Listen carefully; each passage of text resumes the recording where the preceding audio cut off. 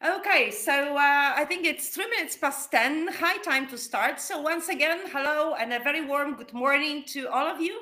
I would like to welcome you on today's webinar. Let's talk about ETV as a tool to foster circular economy, value chains and business models. So thank you for taking time out and being here with us today. Our today meetings is co-hosted by the European Circular Economy Stakeholder Platform.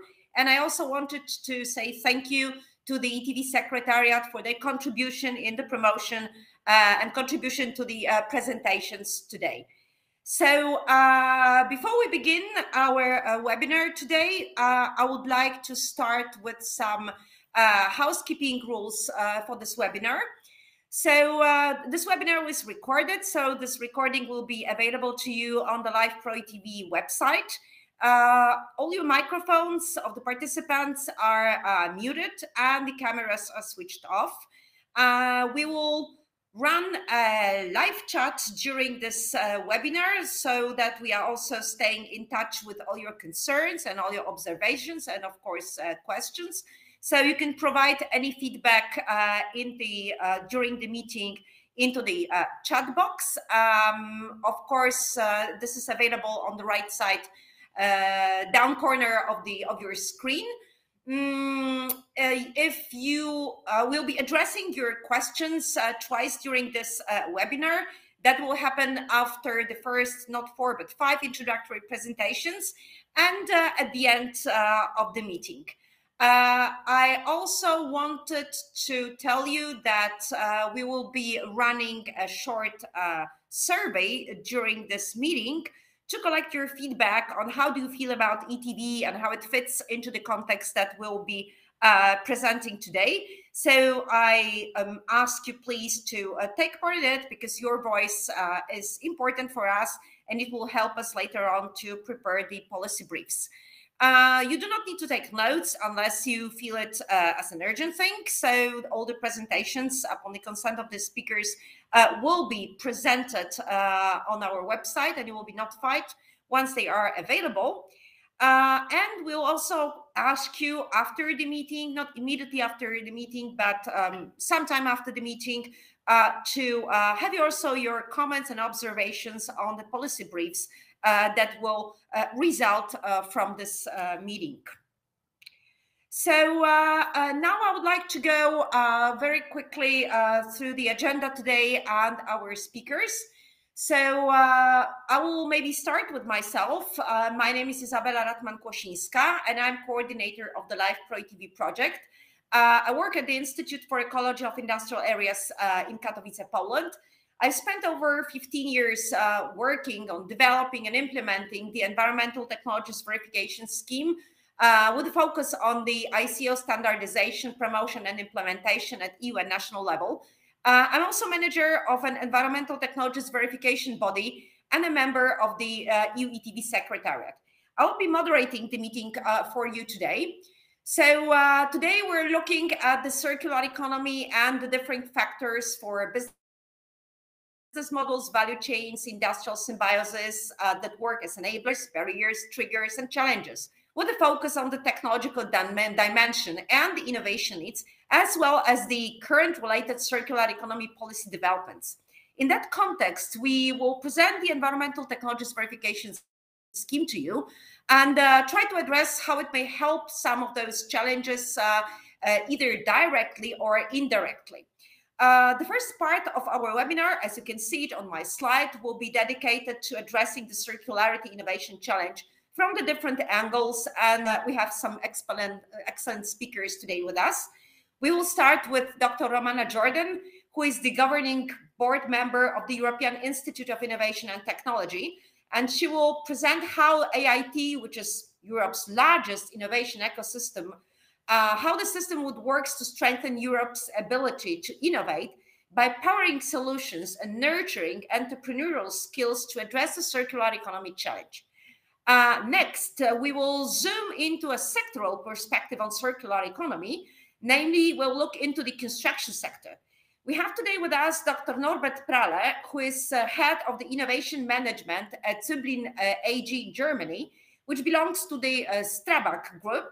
And at the same time, he has also this kind of a scientific perspective and innovation perspective as a chairman of the European Network of Construction Companies for Research and Development. He is also a member of the steering committee of the European Construction Technology Platform. So Norbert will talk to us today about how to foster circularity from the construction industry point of view, and he will focus in particular on the material challenges as enabler. Then we will look into the circular economy business models challenge and how it can be supported from the perspective of a consultant company. So we'll have a consultant who works on a daily basis with companies to help them to switch into circularity. And for that presentation, we have with us today Mrs. Małgorzata Greszta, who is managing partner for CSR consulting company here in Poland.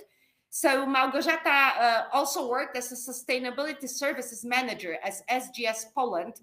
And she has really great experience in working with a wide range of largest Polish enterprises in Poland, advising them and helping developing strategies and building the business context for corporate social responsibility.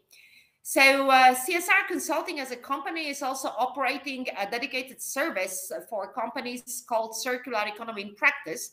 And this the service offers individual consulting support for companies that are to prepare them for the transition to a closed loop economy. So Małgorzata will talk about standards and the principles of companies to follow in building circular economy business models and the role of innovation in these approaches.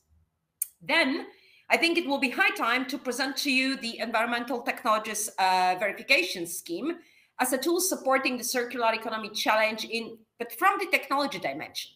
And this will be done by my colleague, Martin Pacianka, who is a senior project manager at LGI Sustainable Innovation, which is a French SME that since December 2020 has been in charge of the secretariat of the ETV Secretariat and international interactions of the Environmental Technology Verification Program, which is a program operated by DG Environment and the European Institute of Innovation and Technology. So we will finish the first session by presentation of, again, my colleague Ignacio Calleja, who is thematic officer for circular economy and recycling and AIT raw materials, leading the circular economy strategy. So Ignacio is coordinating also the Cross-Kick Circular Economy Action, which will be also presented by Dr. Romana Jordan. So Ignacio has a very long track record working on the ETV scheme. He has been involved in the development and deployment of ETV from the very, very beginning, working with the European Commission and Joint Research Center when ETV started to be considered in Europe. So today, Ignacio will talk about the industrial symbiosis as a model for circular economy and how AIT raw materials supports this technology innovation challenge by building industrial symbiosis systems. And of course, ETV has a place there as well. After those part of presentations, we'll run question and answer session. But of course, already now, I'm encouraging you to put any questions, observations that you have into the chat box so that we can, and during the presentations, so that we can address them during this Q&A session. So the second part of our agenda today will be dedicated more to the circular policy backbone and the recent developments in the area where ETV, and also discussing a little bit where ETV fits into this landscape. So we'll start with an inspiring and motivating speaker, Ladeja Godina-Kosir, an internationally renowned circular economy expert. So Ladeja is founder and CEO of Circular Challenge, co-chair of the European Circular Economy Stakeholder Platform, and co-leader of the research group Circular Economy Systems at the Bertalanffy Center for Study of System Science in Vienna. So it is important to highlight that Ladeja has also a very practical experience with circular economy, working on developing roadmaps for circular economy for Slovenia, for Serbia, for Montenegro, and Chile. So I must also say that she was the finalist of the Circulars 2019 Leadership Award, And she's also featured as an EU Woman for Future by the European Commission. So Ladea will bring us today into a journey from circular economy policy recommendations into the actual implementation, where she will highlight the role of the European Circular Economy Stakeholders Platform, but she will also highlight the role where ETV could work as an accelerator for circular transition. Then we have an honor and privilege to have today with us a representative of the European Commission, Emmanuelle Méry, from the Director General for the Environment. She heads the team responsible for sustainable production, products and consumption. So Emmanuelle will share with us some highlights on what to expect in the nearest future concerning the implementation of sustainable products policies under the Circular Economy Action Plan. So she will also address in her presentation the role of ETV in the context of the Green Deal, the European Circular Economy Action Plan, and the Zero Pollution Action Plan. And she will try to explain this complementarity of ETV with regards to the Sustainable Products Initiative. Again, we will then zoom from the European perspective into a regional perspective, because regions and the regional innovation policies play an important role for fostering circular economy. Many companies, especially SMEs, operate and deliver their business models exactly at that level.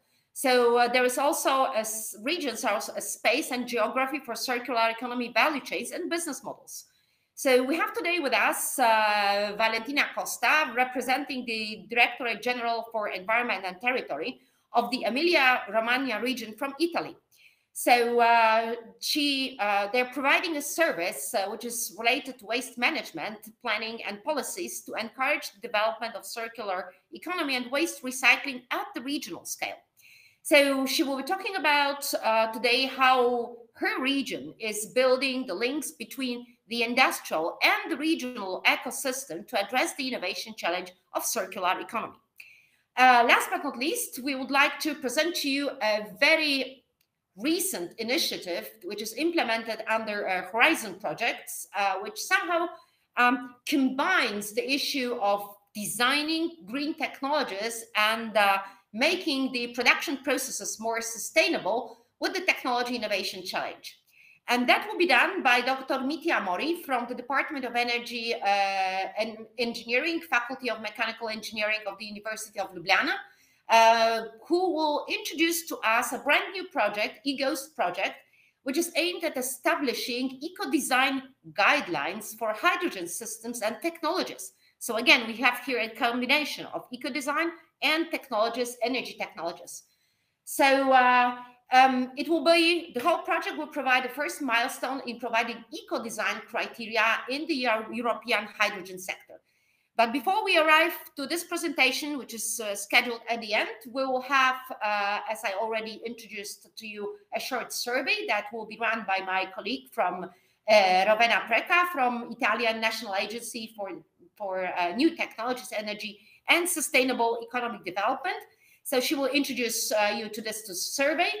And then at the end, we'll run another, as already said, question and answer session. So I hope this program will be interesting for you today. I hope that you will stay with us until the end and that, well, you will also get something important for your activities from this webinar. And first of all, that the message about the Environmental Technologies Verification Scheme will reach you. So I owe you also a quick explanation. What is the reasons for this, this whole webinar? We're implementing this webinar under the Live Pro ETV project, which is run by a consortium of 7 partners. The ambition for this project is to make ETV the EU leading scheme for accelerating market uptake of green innovations. And we want to build through those webinars and other activities as well, a strong market acceptance and recognition. And that is why to achieve this objective, we really need to work with the stakeholders. We really need to provide a solid knowledge base on ETV that will be also part of our activities. We will be also providing skills, knowledge, and understanding how this scheme works for different contexts, including also the policy context. We'll be providing some capacity building activities. And of course, through this webinar, we're trying to build the link between ETD and the different environmental policies that are currently developed under the EU Green Deal. So with that, I just want to say that we'll be running 6 awareness raising campaigns in 6 different countries. So I hope you will be able to join those campaigns as well. I cordially encourage you to visit our website and also follow us on the LinkedIn. So thank you very much, and I wish everybody a nice webinar. Oh, now I hope can you hear me? I hope everything is working okay. Yeah. I am the third person, so hopefully it works now. Okay, thank you once again for inviting to this short introduction. Let me start with introduction of the 4 principles we think when we are working with companies on implementing circular economy approach. And we start with system thinking, cooperation, eco-design, and innovation. And innovation, from my perspective, is absolutely crucial. And of course, a part of innovation is technology. Because when we think about circular economy, we think about not changing and adjusting what we are doing now, but just looking for totally new models, business models, and new approaches. And that's why we need innovation and technology the most.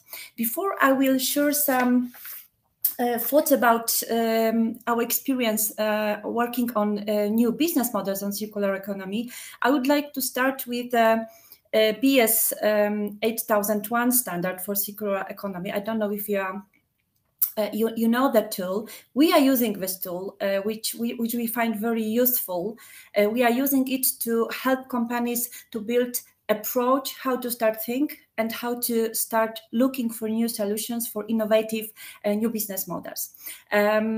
This document is a kind of framework for implementing principles, and it starts with defining 6 main areas of this principle. So it's system thinking, innovation, stewardship, collaboration, value optimization, and transparency. And innovation is once again very crucial part of this approach, and it's everything which is results not only in a new product or service, but also new processes and new technologies. And thinking about innovation, we think that from our experience working with companies on the Polish market, that innovation is absolutely critical to facilitating the transition to be more circular and sustainable, and to implement the more circular business models on the Polish market. It requires a completely new perspective from companies and from consumers as well. That's why, once again, innovation is a crucial starting point for thinking about the whole process, how to start implementation. This guidelines offers companies quite practical approach how to start thinking about a circular economy. So it starts with framing, scoping, then goes to idea generation, then building business case, prototyping, and then a delivery process. And once again, the starting point is 6 principles for the circular economy. This tool helps companies to determine the level of organizational circular maturity. So keeping in mind the 6 principles, you can determine on which level your company exists at this moment. And when we are running that kind of analysis, we see that we have some companies, for example, looking on the collaboration, they are on a quite high level on engage or even optimizing level, so 3 or 4 level, but taking into consideration system thinking or innovation, they are all just unformed or even or maximum basic level. So this tool helps companies to build a kind of roadmap and determine the strengths and weaknesses.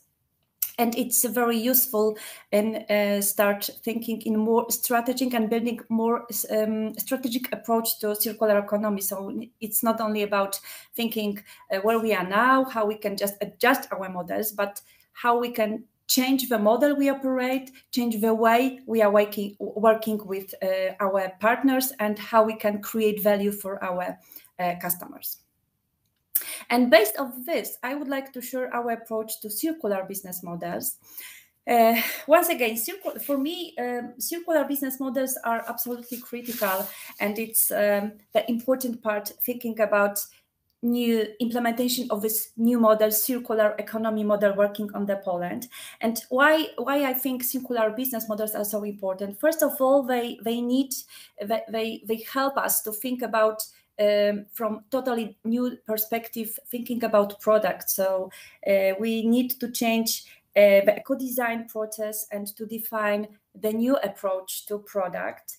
It's the new, from my perspective, it's not only change the model we operate, so from linear to circular, but also so we are looking for some solutions how to build use models instead of consumption models. So we as consumers, we are using instead of buying, and of course it helps us to be more environmental friendly. But to determine this, we need to build totally new relation between producers and consumers in many models called not consumers but users of services. And of course, this leads us to new needs in creating logistic flows and financial applications, etc. So circular business models is great opportunity for company, but it needs we need to think from different perspective and how to organize the way we work and how we deliver our services or products. In our work, we are using, I hope you are familiar with this model, this approach. So this 7 basic business models defined in 3 phases, so production, use, and end of use. This was determined by wide group of stakeholders, universities, think tanks on the European level almost 2 years ago. And we are using this model to help companies to understand where they can look for some innovation.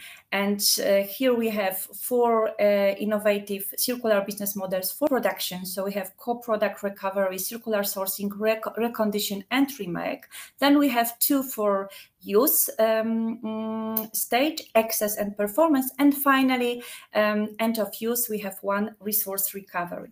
And looking on this new business models, for 4 of them to effectively implement the change in business, absolutely technology is the must, the new technology, and of course technology which is environmental friendly. That's why I think it's it's very interesting approach which ETF is offering, and I am just looking forward to some results of the project, how we can share examples among Polish companies and encourage them to use this approach. Of course, when we think about new business models, we face a lot of challenges, as I mentioned before: definition of products or services, new resources, new financing systems, logistic flows. Of course, this raises a new business risks and new areas of the business risks. But on the other hand, we have a lot of business benefits and opportunities. And first of all, and this slide was not only prepared for today's presentation, we figure out that development of new technology innovation is the main benefit and opportunity for companies, because when you'd like to implement and find the new model, you need to change the way of you think, the way of you deliver value for your customers, for your partners, and that's why innovation and technology as a part of this is so crucial. So I'm very glad. I'm really that this project came to Poland, and I'm really looking forward to more information how we can share among companies and how we can increase the level of awareness and help them to implement new business models using this approach. Thank you very much. I just wanted to say thank you, Małgorzata, for this very, very interesting presentation. I know that was 3rd in the row, but I think that even for the discussions today, having it as a first is maybe more inspiring for the following ones. So I'm also looking very much forward to starting cooperation with CSR. We still have, I guess, some problems with Romana Jordan to join us. Nevertheless, I would like then to have Norbert talk about the circular economy challenge from the sectoral perspective. So a slightly different perspective, a practical perspective. So Norbert, please go ahead. Good morning, Isabella. Do you hear me? Yes.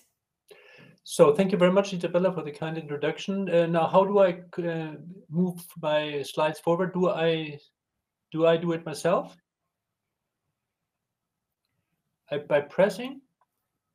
Okay, yeah. Perfect. Just I see it now. Thank you. Well, good morning, everybody. Many thanks to Alenka Mauko and Sarah Sersen from the Slovenian National Building and Civil Engineering Institute for the invitation. I'm honored to be part of this discussion. I was asked to highlight some innovation challenges regarding circularity in the construction ecosystem, and I will gladly share a few thoughts with you from the contractor's point of view. Given the time I have, I would like to just share with you a few selected conclusions right away. What does design for circularity mean? Well, many people speak of design waste out, but better don't design waste in. Establish earning mining design, this is one thing, and the design process must account for the topology of a new, looking at the buildings in a new way. We must also design for deconstruction, and we must design for local and regional specifics. There are plenty of tools for that. Furthermore, it was just mentioned in the previous talk also, we must look at what parts, materials, or sections of the building can be reused, used, recycled, downcycled. Which brings me to the next: life cycle is key. So far, the benefit of value of built assets is usually evaluated separately for each life cycle phase. Most commissioned buildings, though, you must be aware of it, do not operate the way we are designing it. When buildings are decommissioned, they're being torn down. That way, the sense of the responsibility for the materials and the performance, they cannot be developed. Which brings me to CaaS. This is actually the short version of what was just mentioned before from the previous speaker, from Małgorzata. The key is construction as a service. We need to reconcile the life cycle approach with the economic viability, and that will be servitization.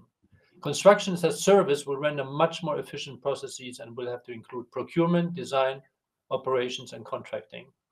Also, what that means, the construction industry will be big as construction industry on the one hand. On the other hand, I think this is a vast opportunity for the backbone of the construction industry, and that are the countless SMEs we have. Technologies to the next field are readily available. It was mentioned before the role of it. We know today how to build an energy plus or carbon neutral building. And also we must also consider sustainable construction does not equal with high tech. So there are many so-called low-tech solutions which are serving the purpose. And then another one of the selected conclusions is circularity is an information challenge. We need to map the materials, the assets. We're looking into building passports, material passports, and there are key concepts. And we think we are at the advent of the Internet of Materials. What is the problem? I would like to say quickly, humanity has strained the planetary boundaries. This is all known to you. CO2 concentration has reached an all-time highs within the past 10,000 years.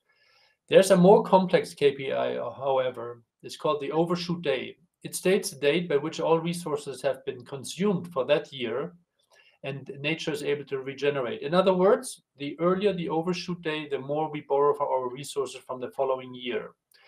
The weird thing is, or the complicated thing is, CO2 emissions in exploiting our planet are inextricably interlinked to each other.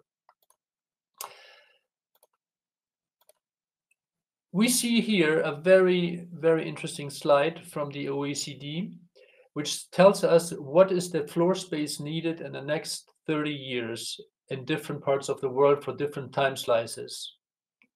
We can look at it much later, but you see how Africa is going to overtake China and also India in the next years, and that will pose a problem.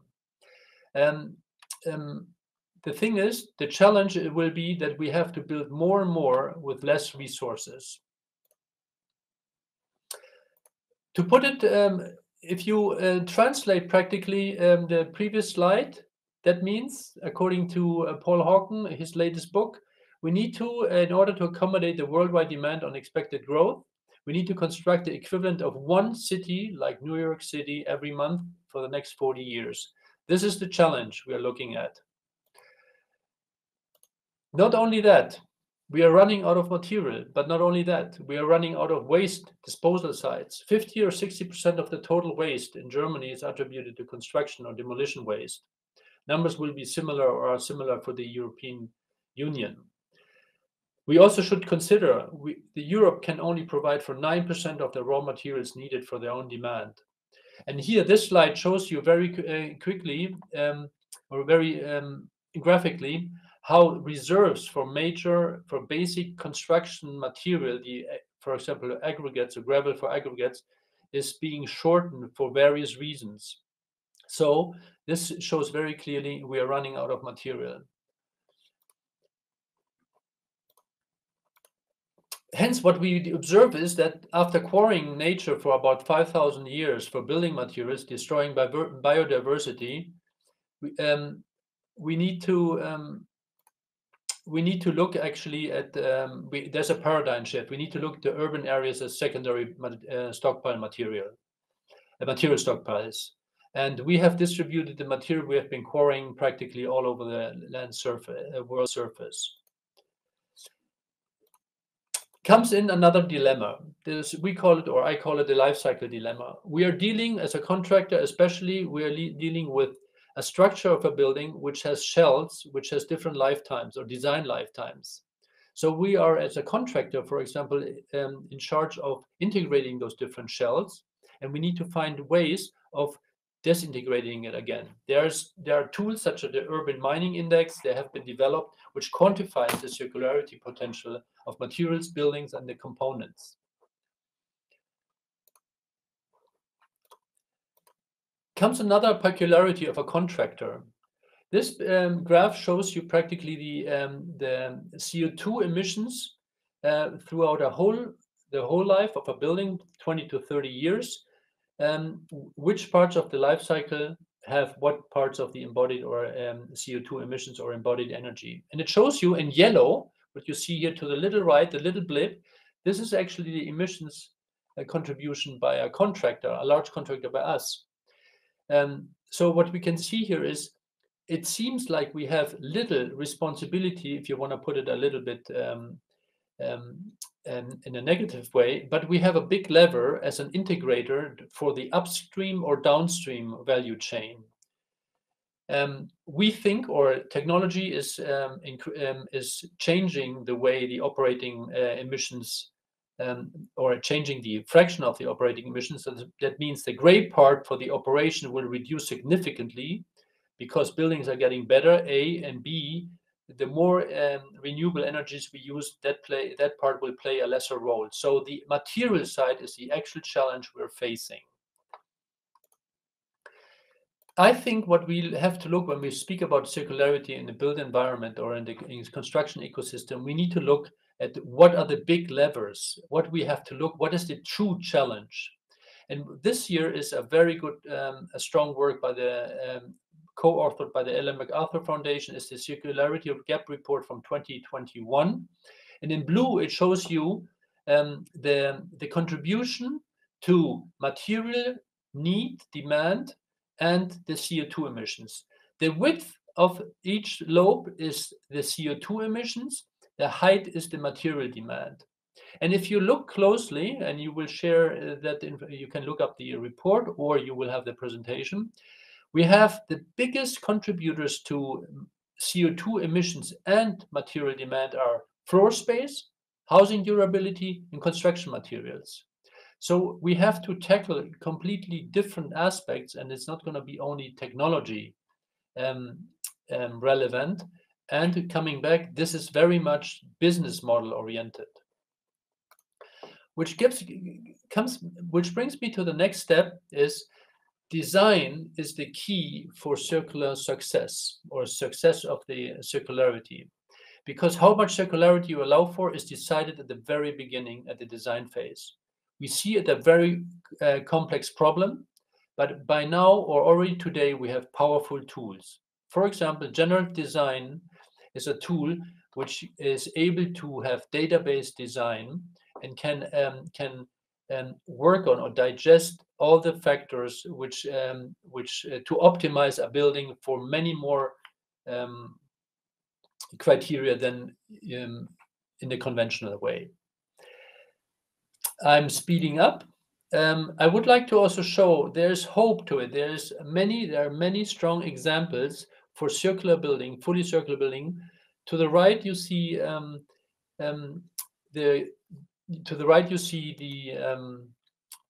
circle building, an office building in Amsterdam, completely done out of old materials, reused materials, and from that category, and designed to be deconstructed after its lifetime. And to the left, you see in Switzerland a test site for circular buildings where they test, where they show what circularity means in the housing sector.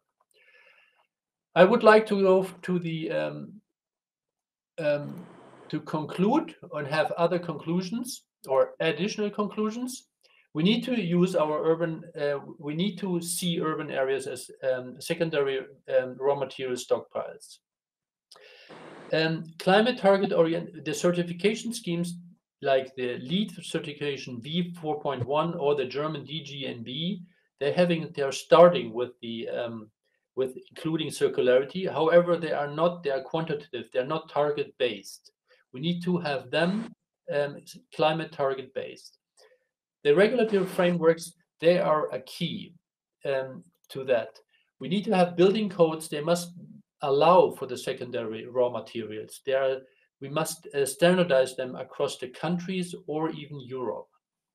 And last and definitely not least, it sounds so profane, but we must educate for circularity. Not only, I would even start, we should start in high school, but we have to go talk to clients, public bodies. The public bodies as a client are often behind the possibilities in terms of staffing, in terms of knowledge, in terms of technology. And then we could, I think we have to spread the word and teach each other. What I think is one main message is we need to collaborate on an unprecedented level. We are in this together. And with that, I would like to thank you and quote from Michael Braungart. He is the inventor or founder of Cradle to Cradle concept 20 years ago. Waste is nutrition. And it's actually sometimes the way you look at things that makes the difference. I kindly thank you very much for your attention.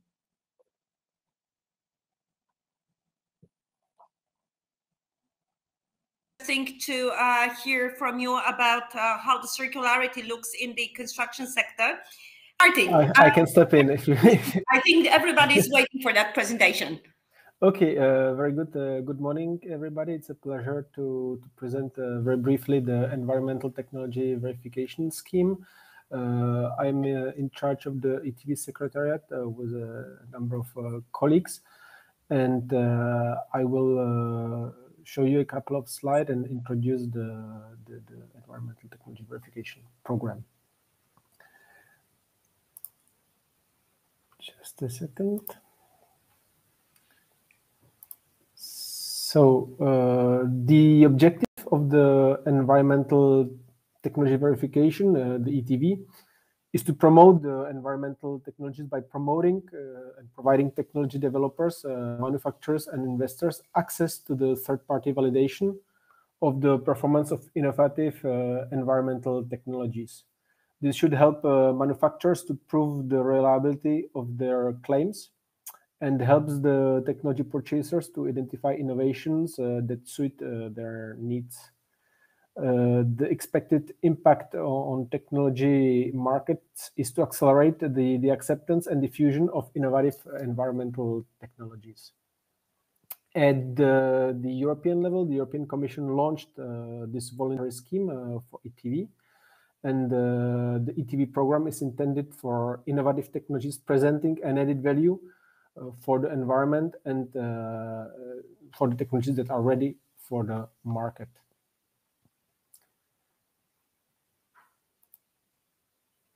The explicit reference to the ETV scheme is introduced in a number of European initiatives. I've quoted these four: the Eco-Innovation Action Plan, the Sustainable Industrial Policy Action Plan, Green Action Plan for SMEs, and Circular Economy Action Plan. But there might be others, and I think there is an additional discussion focused on this topic later today. To facilitate the ETV verification, 7 technology areas were defined in order to implicate appropriate verification bodies and their experts. You can see the names of the technology areas on the slide. As for today, 3 technologies are active: the water treatment and monitoring, energy technologies, and material waste and resources. And from 2022 on, 4 additional technologies will be added to the ETV scheme scope. So this is to be launched in the coming weeks and months. So these 4 that are on the right side will be integrated into the ETV scheme in 2022. The answer on how we define an environmental technology is that it must or demonstrate it must have or demonstrate the environmental added value, or measure the parameters that indicate the environmental impacts. That's the basic definition. In this context, the ETV is addressing different stakeholders: the technology developers and the providers, technology investors, technology purchasers, policymakers, and the regulators.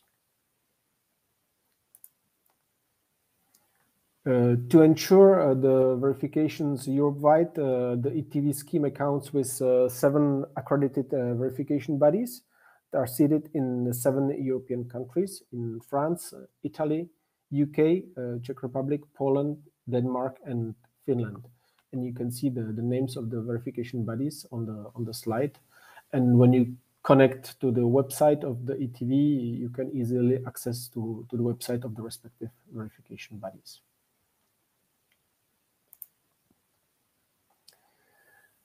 The financial aspects related to the verifications are an important consideration, obviously. We can say that the verification cost can vary depending on the different factors of the verification, and the cost, estimated cost, can range between 10 to 40,000 euros per verification. We can also say that a number of support schemes can be available at different levels to co-finance the verification cost. There are sources that can be liberated under the projects of the Horizon Europe program, LIFE program, and there are also dedicated financial support schemes managed, for example, by the EIT, for example, EIT Raw Materials, and there might be others.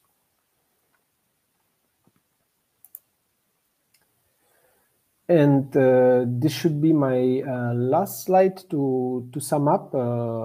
Since 2013, the ETV scheme received over 200 applications that resulted in 49 verified technologies. And today, in the beginning of 2022, we have 30 ongoing verifications with the different verification bodies. And I can say that every month we are receiving at least 1 new application. So the scheme is moving, and the verifications are regularly being finalized and published. The results are published on the ETV website, to which I kindly invite you. I thank you for your attention. If you have any questions, don't hesitate. I project the link to the ETV website and the contact to the secretariat.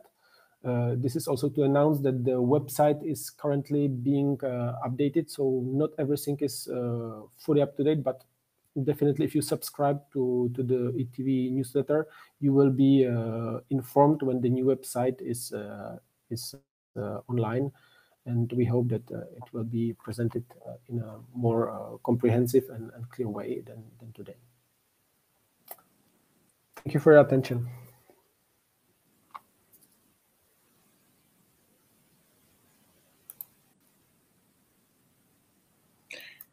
Thank you, Martin. That was really very interesting. I think that you have encouraged our audience today to take a closer look at ETV. And I hope that with this presentation, we'll not have one application per month, but at least 3. I'm glad that we have finally Romana with us. That was a challenge, but I think that everybody is accustomed to these types of problems that we are having with those online meetings. That is why it's really high time to start physical meetings as soon as that will be possible. I guess that everybody misses there. So, Romana, I'm just leaving the floor to you to give us this kind of an overview of how AIT is approaching the innovation challenges for Europe. Thank you, Isabella. Thank you very much, and apologies. We had to use some tricks by our computer people, so we used completely unordinary paths that I could connect now to your event. I'm very happy that I'm with you. So, ladies and gentlemen, I will talk about European Institute of Innovation and Technology. As was, I'm sure, mentioned several times today, innovation is indispensable to achieve the results in our path towards greener Europe, and EIT actually equals innovation. We are working, we are trying to to innovate new technologies, new approaches, social innovations, so on and so on. So what I'm going to do today is to explain you shortly what is EIT, something about its results, also about EIT contribution to the circular economy, and also what is our support of EIT to market uptake and using ETV scheme. So next slides, please. Or shall I control this? Okay.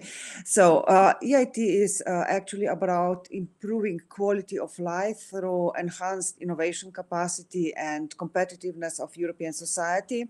It is a pan-European innovation ecosystem addressing global challenges. Next slide, please.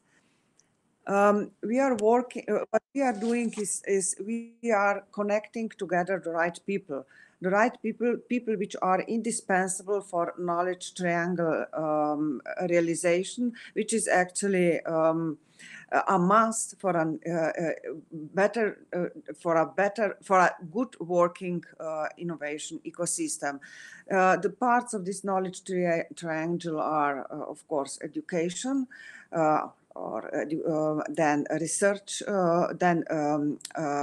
research society, and also businesses. So, and we are calling all these different players working together, we are calling community, or so-called KICS, Knowledge and Innovation Community.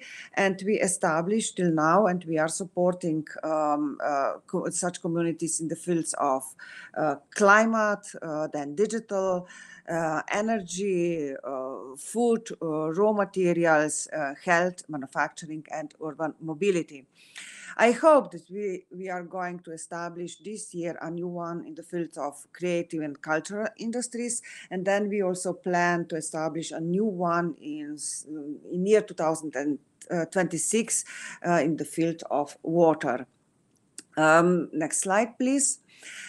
Till now, the numbers of players we connected together are impressive. At the moment, we have more than 2,900 partners across Europe.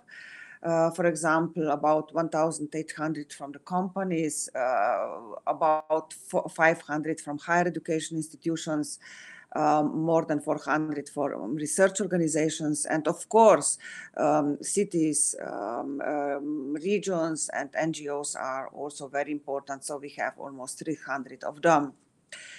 Our activity areas, next slide, please, are of course in all those fields which were mentioned earlier.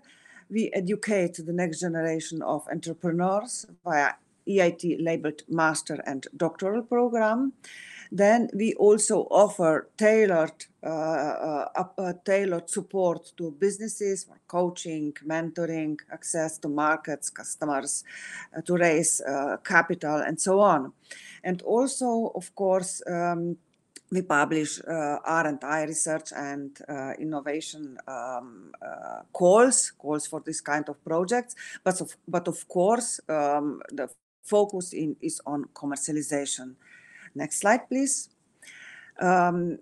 Here you can again see some impressive number of results of our work since year 2010 when EIT was established. I would like that you pay attention especially to two of them. See, till August 2021, so till August last year, with the help of EIT, more than 3.9 billion euro of investment was raised to help the companies which actually decided to be part of the EIT and to use our support. And through that support, more than 1,400 products and services was developed. We are very proud, next slide please, that among EIT supported companies, we have also 4 which reached unicorn status. Next slide please. These are companies with unicorn status. And now next slide. Next slide please. In last year, as you know, European Union entered into a new programming period. So it was also EIT which prepared a new strategic innovation agenda for next 7 years.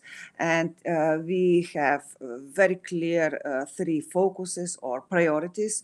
First one, we would like even to improve or increase our impact. So as I already mentioned, we are going to establish, or we plan to establish, 2 new KICs in the field of culture and creative industries and water. Then there is next priority, which is to improve innovation capacity of higher education sector. Here we plan to include into the actions about 750 higher education institutions. We will spend 30% of our budget to help them to improve their capacities. So we actually expect that with our help, they will include in their curricula also innovation and entrepreneurship, and teach people, our younger generation, the skills. Then our third priority is increase our regional outreach. And we would like to address regional disparities. This means that we actually prepared and adopted special so-called regional innovation scheme. And within this scheme, 10 to 15% of our grants will be offered to the member states which have which show a gap with innovation ranking index, and these are member states in eastern part of European Union. So what about EIT and circular economy? Next slide, please.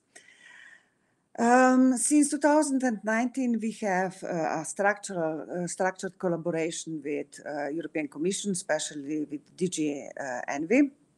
And it is not a surprise that in March 2020, when a new action plan on circular economy was adopted and published, EIT was actually recognized as one of the key players to realize this action plan. 1 year later, or in year 2020, 6 KICs joined the forces, and they actually established a cross-KIC action. These are KICs working in fields of raw materials, climate, digital, food, urban mobility, and manufacturing. And within this cross-KIC action, they are trying to find synergies because each of them has its own business agenda, including also actions which are leading towards circular economy. And they are trying to find synergies. They are coordinating their work, and they are also working much. They put much emphasis to increase visibility throughout the European Union on circular economy and our and part of European Union towards such kind of society. Next slide, please. Next slide, please. As I already mentioned, each KIC has its own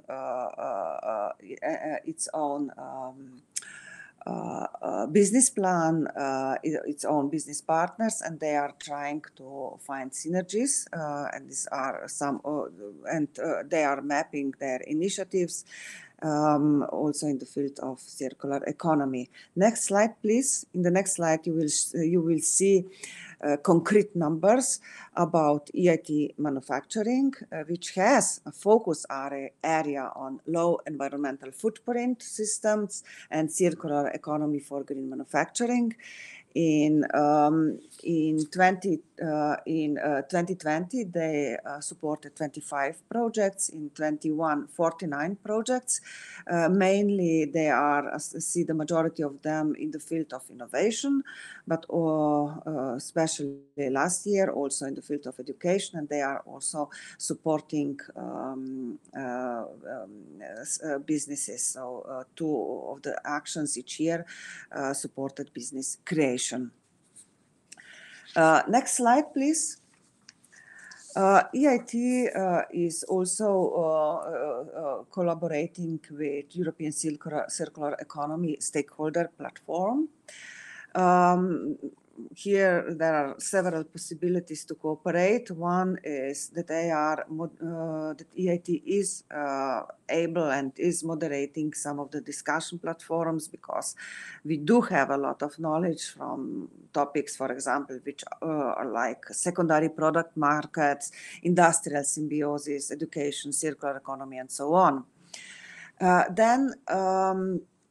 KICs are also uploading the results of their actions in the platform sites about, for example, best practices, project results, interesting reports, and so on. And this way they are actually enriching the platform's information and contents. Then next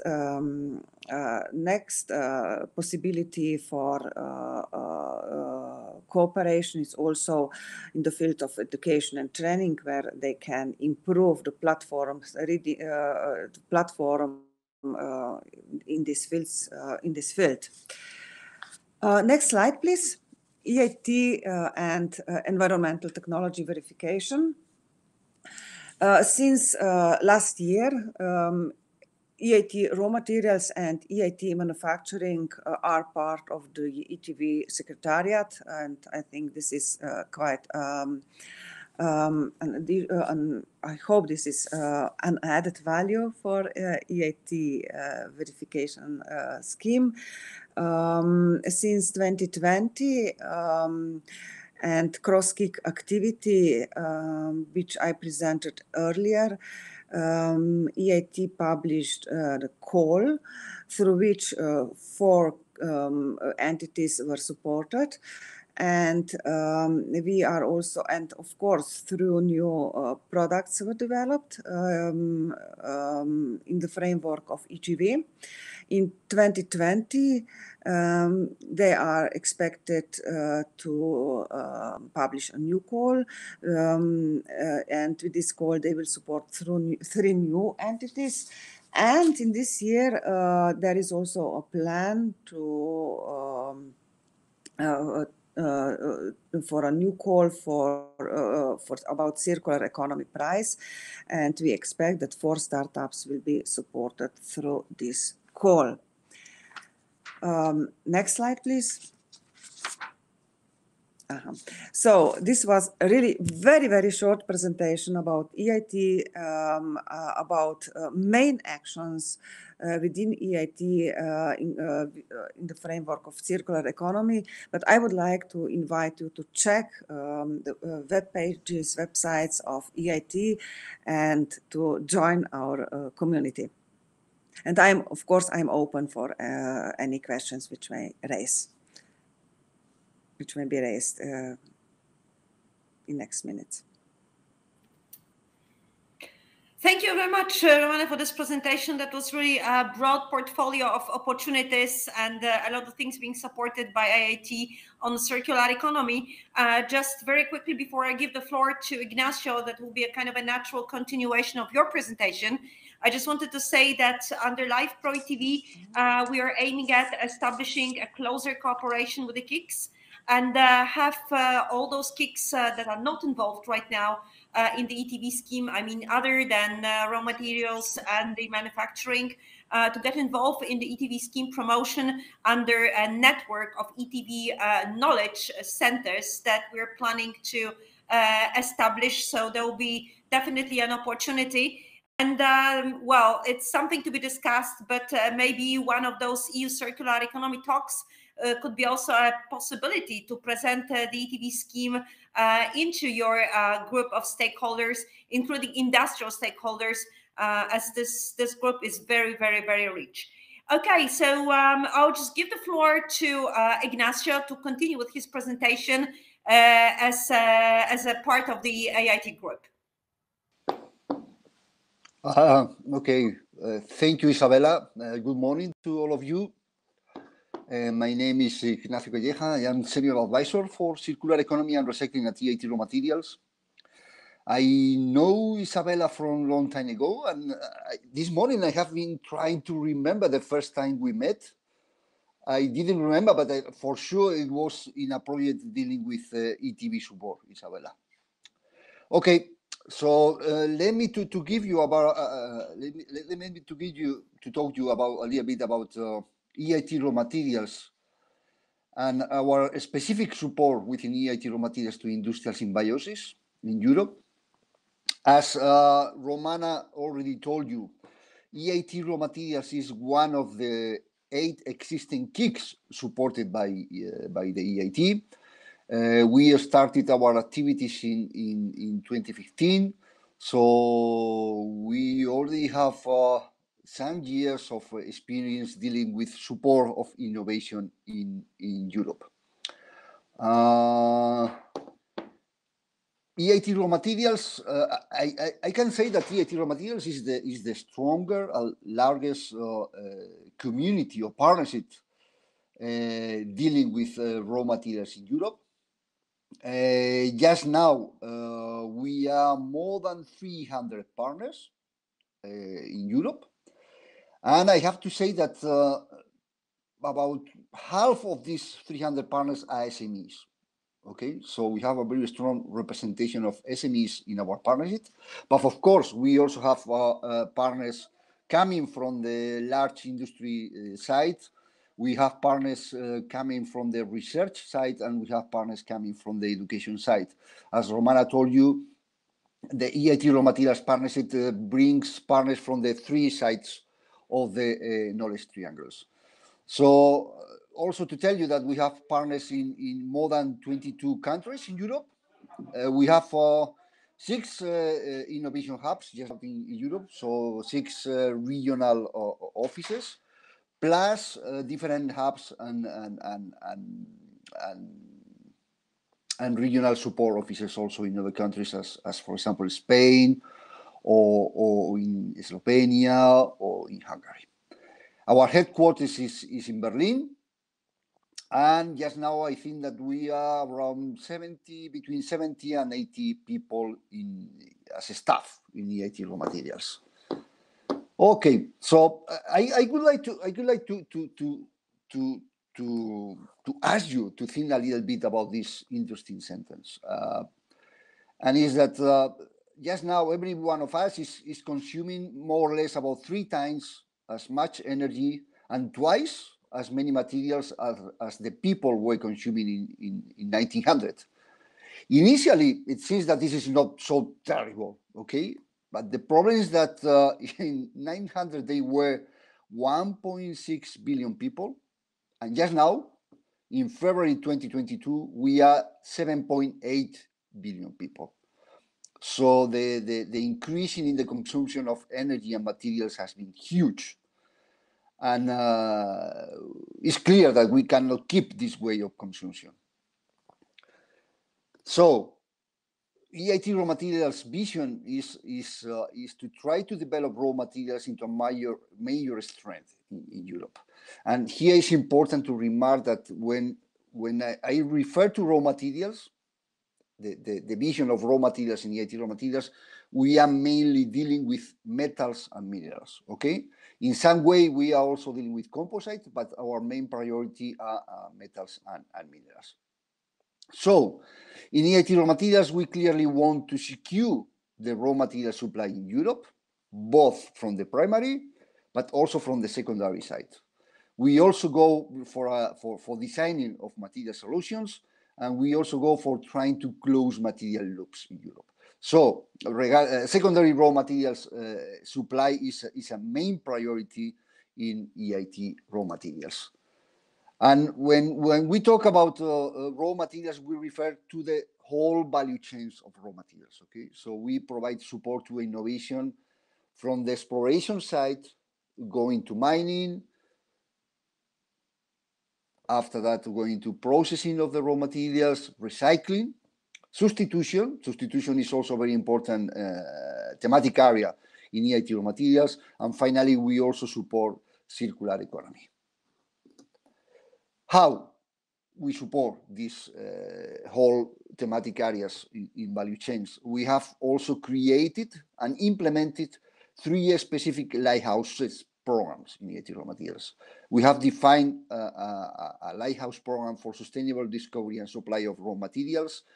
This lighthouse program is mainly focused in the primary side of raw materials provision, but we also have interesting circular economy related activities in this lighthouse, because every activity dealing with water management or recovery of valuable products from water in mining sites, or the recovery of valuable materials from tailings is included in this lighthouse, although those activities are very close to the circular economy side. We also develop another lighthouse program for sustainable materials for future mobility. And finally, we also have a specific lighthouse programs dealing with raw materials and circular societies. Okay. So how we support innovation and education in EIT Raw Materials? I think this approach is general for all the existing KICs. So we try to support innovation through matchmaking and networking. So we organize relevant events and we organize relevant workshops, webinars, but we also try to make easier for our partners to be together, okay? It's important to promote innovation, to have people and to have different stakeholders along the whole value chains trying to discuss together and to define solutions together. So how these solutions to be supported in EIT Raw Materials? Mainly through acceleration, okay? We have 2 years, 2 calls every year to support upscaling and innovation projects, okay? What is very important to remark here is that in our calls, we don't support research, we support innovation. So we help technologies at a minimum TRL of TRL 5, 6 to go to move from this TRL 5, 6 to TRL 7, 8. Okay, most of our budget, or a very relevant part of our budget, is dedicated to this to the support of these innovation projects. But we also support startups and SMEs with new ideas. We support these startups to reach the market. We support these startups to reach final customers and to be implemented efficiently in the market. And we also support education. But when we talk about education, we not only refer to higher education, okay? Of course, we support the implementation and creation of new master science. We also support the creation of new PhD studies, but we also support the creation and implementation of lifelong learning courses. So we have a very close link with industry. We check what industry needs when we talk about education, and we support the creation of these courses to industry. And finally, what I think is very important, especially for circular economy, we also have many projects dealing with wider society learning. Great. So when we talk about technology and innovation in EIT raw materials, as I told you before, to be very clear, in our calls for innovation projects, we only support innovation. We support companies to move technologies with a TRL 5.6 to TRL 7 to 8. In our calls, it's very important, it's absolutely critical to have a very clear idea about how you are going to position in your technology in the market. Okay, you need to develop a very clear business plan and to include a very clear activities on how and when your technology, your solution will be placed in the market. So in EIT raw materials, we consider that ETB is a very useful tool for these companies, for these proposals, to support them to have the technology efficiently implemented in the market. Okay, so in our calls, we have a specific reference to ETB support. So you have the opportunity to include the ETB related costs in your applications, and we will cover these costs in your project.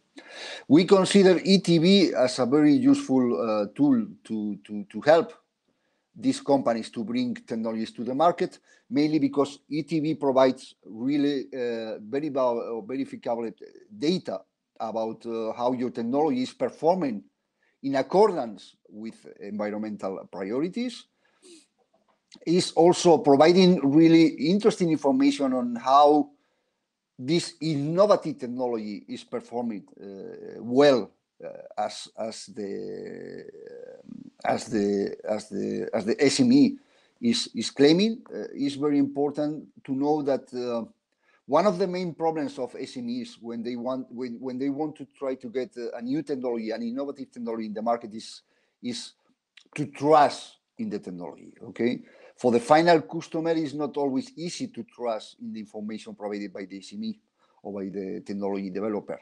So ETB clearly supports the trust in this data. And at the end, it's clear that ETB is also providing a very interesting certificate at the end of the process to demonstrate the data regarding the technology performance. So yes, let me to give you a very brief overview of our current portfolio, project portfolio analysis in EIT raw materials when we talk about circular societies lighthouse. And you will see that we have different type of projects in different areas related to circular economy. But I have to tell you that industrial symbiosis, industrial waste valorization and recycling of effort-like products are the most successful thematic areas in our course. Okay, so we just have many projects dealing with industrial symbiosis in EIT raw materials, and we have projects dealing with industrial waste valorization and industrial symbiosis coming from copper production, aluminium, cobalt, recovery of rare earths. So we have a very broad variety of industrial symbiosis technological projects. Many of them trying to also get ETB verification during the project implementation. And as I told you before, when we talk about acceleration, we not only refer to supporting innovation in our upscaling calls, we also support startups dealing with new ideas for industrial waste valorization. And here you have some examples of interesting startups dealing with these new technologies. And to be honest with you, I think that in EIT Raw Materials, we are proud that some of these startups are already working with big companies in a joint effort. So, for example, just now we have Rossi, which is a very interesting startup dealing with valorization of photovoltaic panels, working with Veolia in an innovation project supported also by EIT Raw Materials. So thank you very much. Nothing else from my side. If you have any questions, I will try to respond at the end of the session. Thank you, Isabella. Okay, so thank you very much, Ignacio. I think it's time for our questions and answer session. I'm just checking if we have anything coming in the chat, but just to warm up and encourage you, everybody, to put down the questions to our presenters today.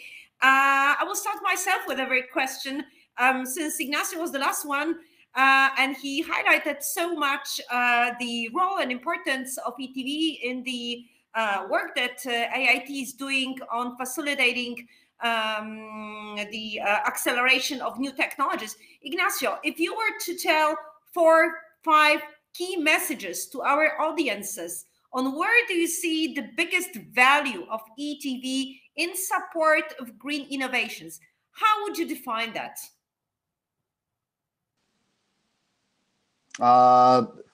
Thank you, Isa. I think that sincerely, I already gave these statements in my presentation. I really think that if you are, especially SME or startup, aiming to bring a new innovative environmental technology to the market, I think ETB would be really useful for you, mainly regarding that you will be able to provide verified data to your final customers. So you will be able to provide verified data regarding about the performance of your technology regarding different environmental issues.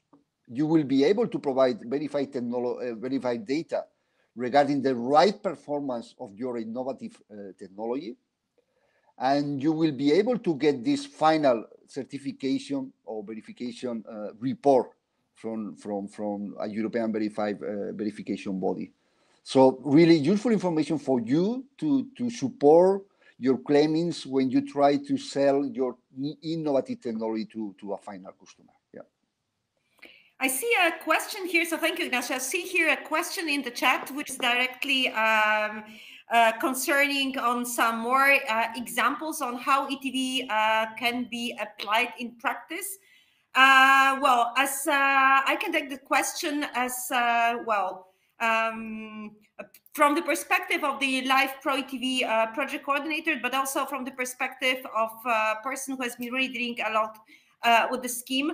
So actually, the way you can use ETV is, first of all, when you have an early market product with the innovative features and you really want to bring it to the market, and you do not have the track record of some earlier applications that could be used, for example, for public procurement purposes, then the ETV statement may be exactly the document that may help prove towards your clients, towards your peers, that your technology is actually delivering how you are promising it.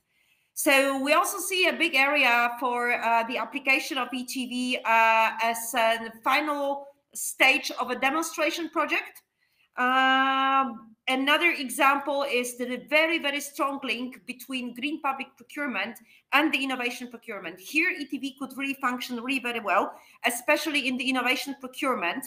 But I don't want to reveal too much right now because we'll be having a dedicated webinar on the 22nd of March, where we will exactly talk about the use of ETV in the context of public procurement and green public procurement and innovation procurement. So another possibility for the use of ETV is as a de-risking tool for green financing applications, and also a de-risking tool for startups to meet the risk profiles or help the private capital providers properly assess the risk with the innovation if they are going to invest in it. So there's a whole, I would say, portfolio of opportunities of using ETV. The only thing is, and this is what we are trying to do with this project, is to explore those opportunities and show the way it can be used. I think on the 3rd of February, we have a very, very successful webinar showing the application of ETV to support technologies achieve the level of best available techniques and emerging techniques under the Industrial Emissions Directive. So this is really, I would say, a very elastic, a very flexible tool with multiple applications. The only thing is just to find out the right way how it could be used and develop appropriate skill, knowledge, and understanding on how to use the scheme for the different contexts. If I'm just checking if we have any more questions here in the chat. So I'm not sure if our audiences are so shy, or there might be some questions coming at the end. So if this is not the case as for now, I'll probably allow myself one more question to our presenters. I have namely a question to Romana, if she's still with us. You have mentioned that there is a new IIT strategic innovation agenda. I just wanted to reassure if there is a role and a place in this agenda for ETV.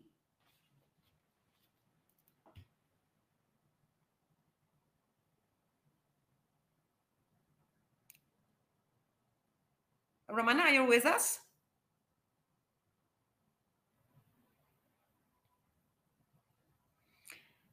Okay, I am not sure if Romana is with us. Then there is another question coming from the chat.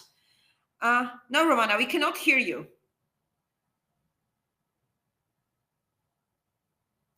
You are probably muted.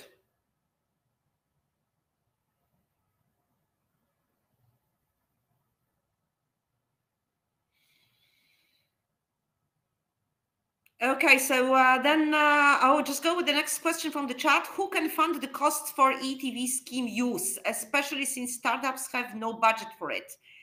I think that Martin has already addressed, and Ignacio has also already presented that the costs, well, you need to think in a kind of a more flexible terms.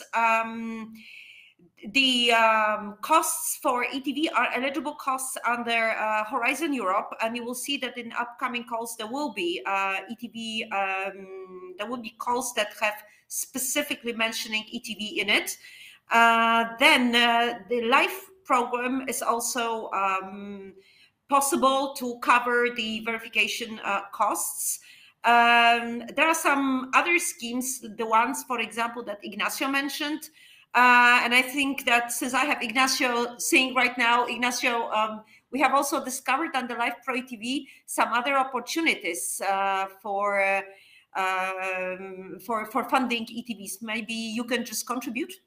Yeah, I think just to remind that, as I told you, in the case of EIT raw materials, for example, you can include the ETV costs in your applications. This is in the case of EIT raw materials. But Romana also told you about this cross-kick activity, and in the cross-kick activity we have a specific call for startups to cover the ETV related costs. So we have a yearly call for startups coming from any of the existing kicks to help them to go for this ETV scheme. Yeah. And just, sometimes you need to think out of the block and look into the funding that is dedicated for, let's say, internationalization or any kind of that at your national level. I see Romana online, so thank you for coming back to us. Could you now hear me? I don't know. I really don't know what is happening today. It's some special day because life would be boring if everything would go so smoothly. So, Romana, is ETV foreseen in the new strategic innovation agenda of AIT? I have to admit that I'm not aware if this is specifically mentioned. Because strategic innovation agenda is, of course, it defines strategical paths of the EIT, of our development, of our priorities, and then it is on KICs, which I already mentioned. EIT raw materials is one of them, which are preparing for each year their business agendas.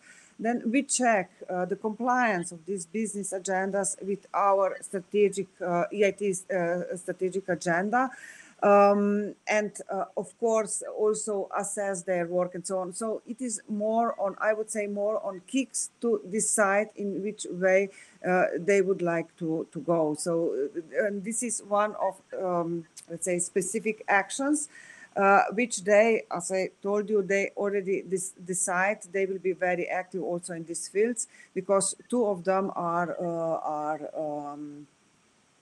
part of ETE Secretariat. And of course, they define the priorities also in a close contact with DG ENVI in this field. So thank you, Anna. I hope that the new AIT on water will also take on board the ETV scheme and get involved in it, because we see very many technologies, water technologies, being verified, which means that this is somewhere high on the agenda level. So maybe one personal comment. My personal view on ETV scheme is that it can really support startups and young innovators, to improve visibility of their products and services. And this is actually what is in focus on EIT. And for this, I think that ETV is one of indispensable tools which should be used by KICs, to increase the visibility of the products and services developed under our scheme. But this is just my personal view. Romana, nevertheless, it will be definitely taken on board for our Live Pro ETV project, because we are just, looking into those nuggets for and levers for ETV that are really very, very important. Not just to think it only in the very narrow terms, but just to find out some niches where it could really add a value. I think we'll be closing slowly our question and answer session, moving to our next presentations. I will give the floor right now to Ladea with her very, very inspiring, as usual, speech on ETV and how we are going to work together with the European stakeholder, circular economy stakeholder platform, and where ETV could fit into those activities, and what are the policy developments. So everything will be addressed there. And just the floor, Ladea. Floor to you. Hello, everyone. I hope we hear each other. Is everything okay? Yeah. Yeah. Okay, then we can go on. Since Romana is also from Slovenia and she got some problems, I was wondering whether there is the wind that we have in Slovenia preventing us, but obviously everything works fine. So warm welcome from my side as well. And I have learned a lot, I must say, during this morning session. So congratulations to all the speakers. I think they highlighted the importance of the collaboration as well as of understanding of what environmental technology verification actually brings. So I will jump into my presentation now. What we will do, first of all, I will introduce briefly what is Circular Change Platform and our institute working on, so that you can understand where we can meet each other. Then, of course, as the chair of European Circular Economy Stakeholder Platform, I will introduce also the platform, our activities, and we are super proud that we are partnering right today with the event. This is also a part of our role. And at the end, we will jointly explore the opportunities to strengthen the collaboration. So first of all, to circular change, we are based here in Slovenia, but we are working on the global level. And we are considered as the best entry point for your circular economy journey. I hope that it will work. If not, okay, we will move forward. So anyhow, since 2016, we are operating on the market, to say so. And at the beginning, it was more about informing what circular economy is, where are the opportunities. And today we have heard so much about the business models that are already evolving and that are implemented, a lot about regulation that has changed in the meantime. So this is everything what we are somehow supporting and connecting those stakeholders that can contribute then to the implementation of circular economy. And it's super important as well to nourish the certain dialogues and also the network. So it is not just about the project that you jump in and do something, but it is really about the collaboration on long term, because this is a marathon, it's not a sprint on short runs. But regarding our activities, so we have heard today how all levels count. So everything actually from the level of the organization to the level of region to the level of nation and of the continent as well. So that is how we are operating as well. So we are collaborating with the cities on one side. On the other, we are contributing to the foresight exercises, like for the Bio-East region, for example, where we bridge circular economy and bioeconomy. Then we are engaged in several European projects. So this is really a variety of experiences that we are gaining by contributing to these things.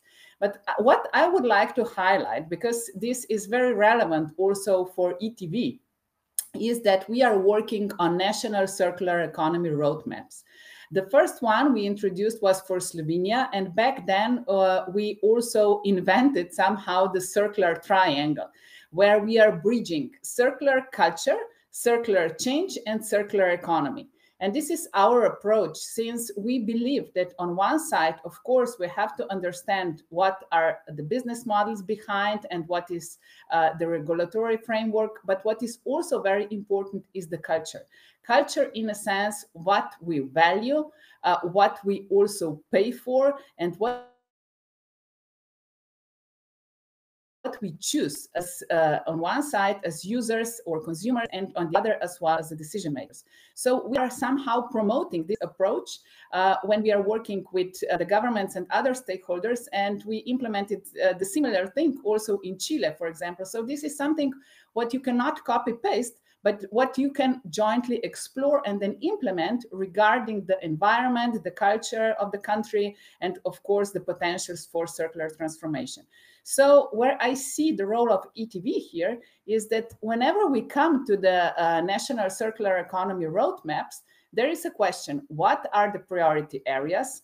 What are the value chains that we can jointly foster and strengthen? Nowadays, when we have COVID crisis and climate crisis, the normal question is arising, how to make those value chains more resilient. So there we come to the innovation, to that actually how to find the right solutions and how to find the right standards to implement those solutions. So therefore, I think that this that we know for each other and that we are working hand in hand when implementing solutions is of such a great importance. And right now we are concluding the roadmap for Montenegro, and the next one that is coming is for Kosovo. So somehow Western Balkans are going to be covered with roadmaps, and this is giving us opportunity again to extend those value chains from national to international level and to foster this resilience that I mentioned just before. The next thing that is important, and I mentioned that at the beginning when I addressed also the circular culture, is how circular economy is understood and how is it embedded in our everyday life. Too often we are in our bubbles and we think, oh, yes, we understand everything. And most likely the people we are collaborating with are within the same bubble. But out there, people are still not aware of that, how they can approach, what can they do. And I like the presentation today that Margorzata got at the beginning of the session, when she was highlighting where are actually the entry points for this circular transformation. And what we did just to foster that and to bring that to people was that we published a publication, Circular Insider, during the Slovenian presidency to EU Council, where we showcased what are the circular economy models and who are the front runners working in the practice. So also Mr. Timmermans got one issue, and we are happy that by doing things like that and on working on projects like that, we are bringing the topics close to the wider audience. And with ETV is the same. So once we understand what is the added value, then we start to implement. So to move from our work now to the European framework, I know that it will be touched later on. But anyhow, what is important is that we understand that the whole, let's call it movement now around climate neutrality, about the implementation of Green Deal and now Green Recovery is based on the same shared values. And what is even more important now, the goals that we agreed on are supported also by a lot of documents, and I'm sometimes calling it a tsunami of promises and commitments we made, because we have everything actually on the table. So from now recently program Fit for 55 and already previously mentioned Circular Economy Action Plan and European Bauhaus, where now we are bridging even creativity and sustainability, what is really fantastic. And of course, what is coming up and is really important is Sustainable Products Initiative. So here again, we have to see how not to start from the scratch. But as I said today, I have learned a lot and I have found out who is working on what. So really to be open and to listen to each other, and then based on what each of us already achieved, jointly jump into another step. So this Sustainable Products Initiative is something where, again, ETV can play a significant role, and I'm sure it will be so. So the next thing that is important is the money, because we say, and also the nice report made a few years ago by Ellen MacArthur Foundation said, money makes the world go round. And nowadays in Europe, there is a lot of money. And the question is, how are we going to allocate this money? Where are the projects that can present an investment and not just a spending?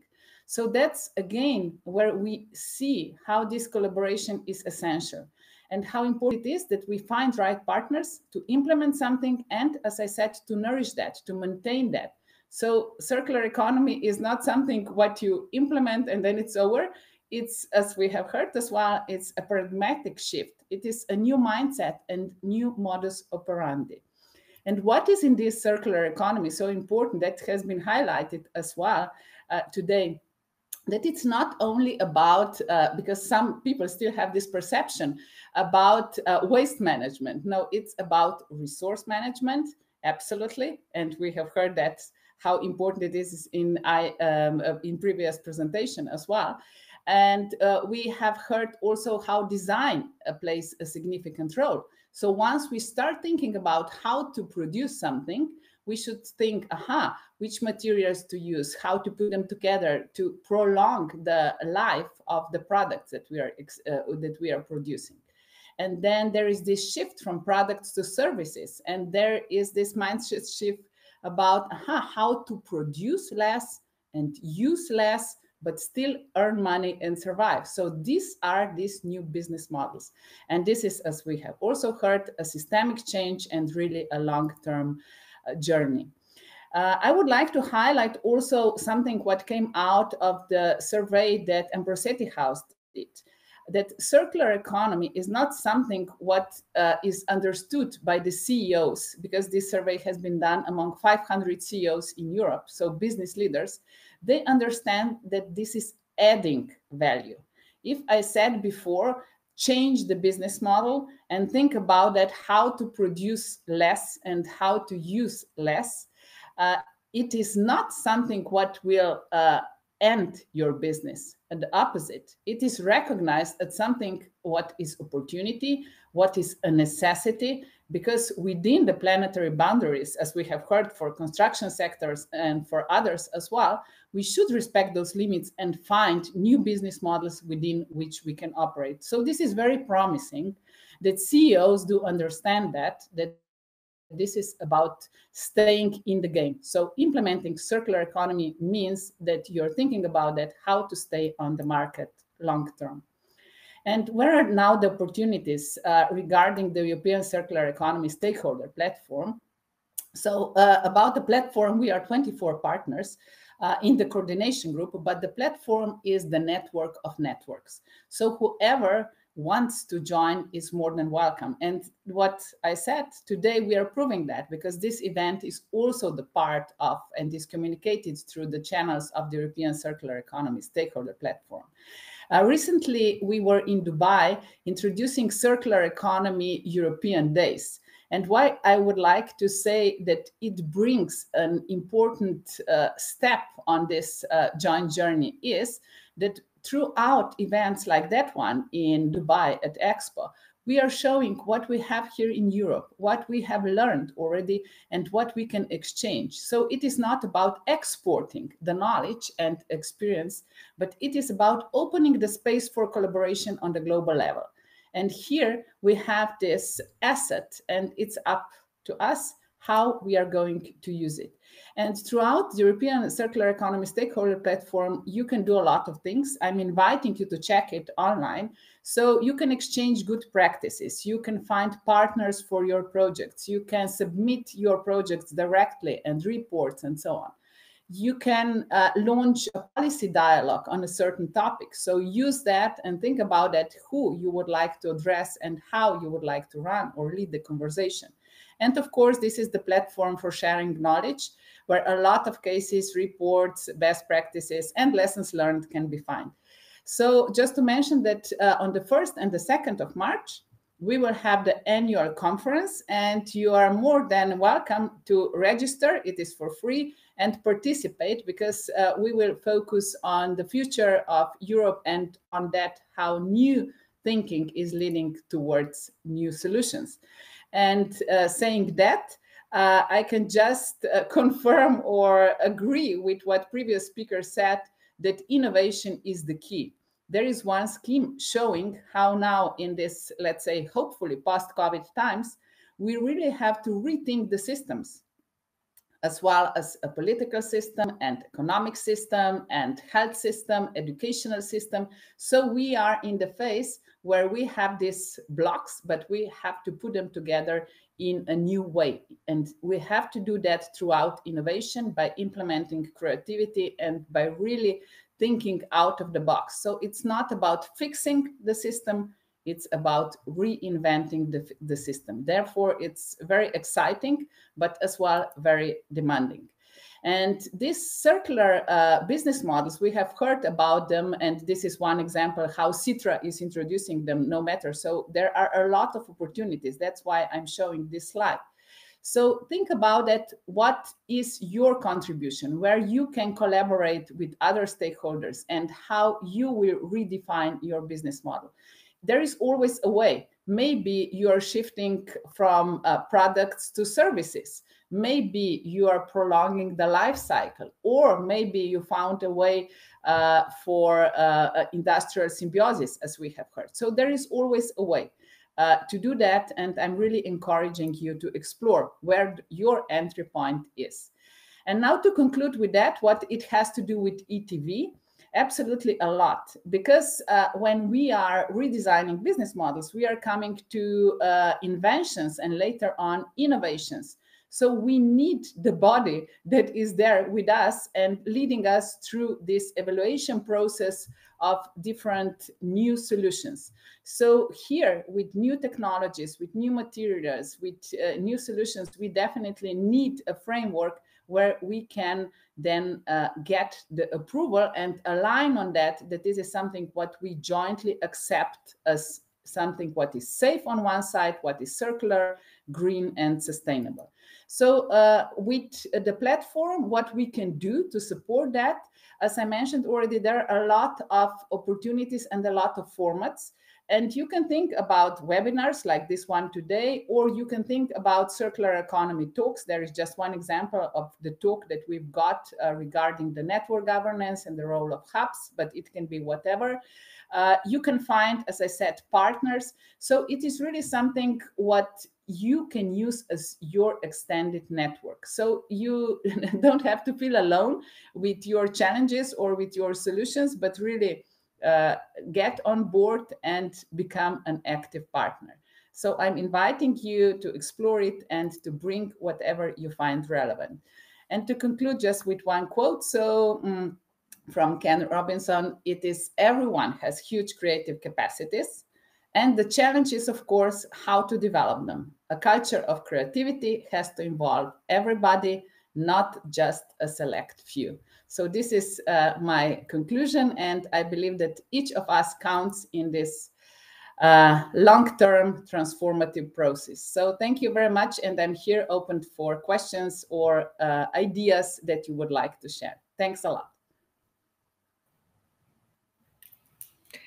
Thank you very much, Ladea, for this whole portfolio of possibilities to cooperate. Actually, I had a question prepared for you on how we could benefit from the opportunities provided by the European Stakeholder Platform on the different tools you are providing for collaboration. As you know, we are really struggling with ETV to build this market acceptance and market recognition.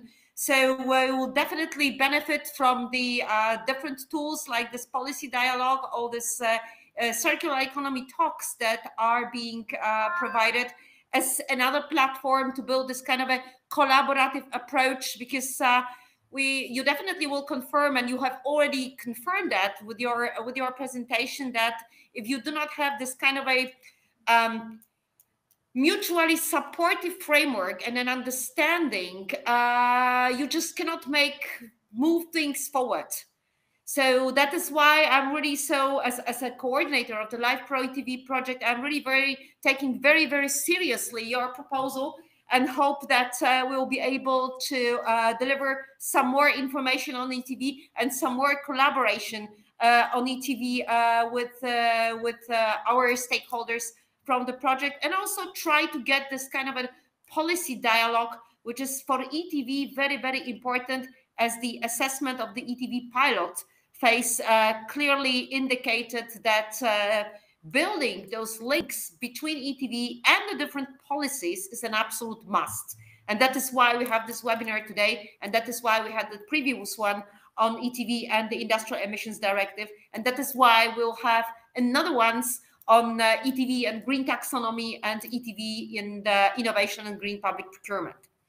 So, well, please stay with us as long as you can. I'm just checking if there are any questions right now on the chat to you. No, for the moment, but let's see how that will look into the question and answer session. So now, so thank you very much once again, Ladea. And now I would like to ask Emmanuelle for her presentation. So let's now hear a little bit from the European Commission point of view of what are the plans and what are the expectations and what are the ambitions with the Circular Economy Action Plan and the corresponding EU Green Deal policies. So Emmanuelle, the floor is yours.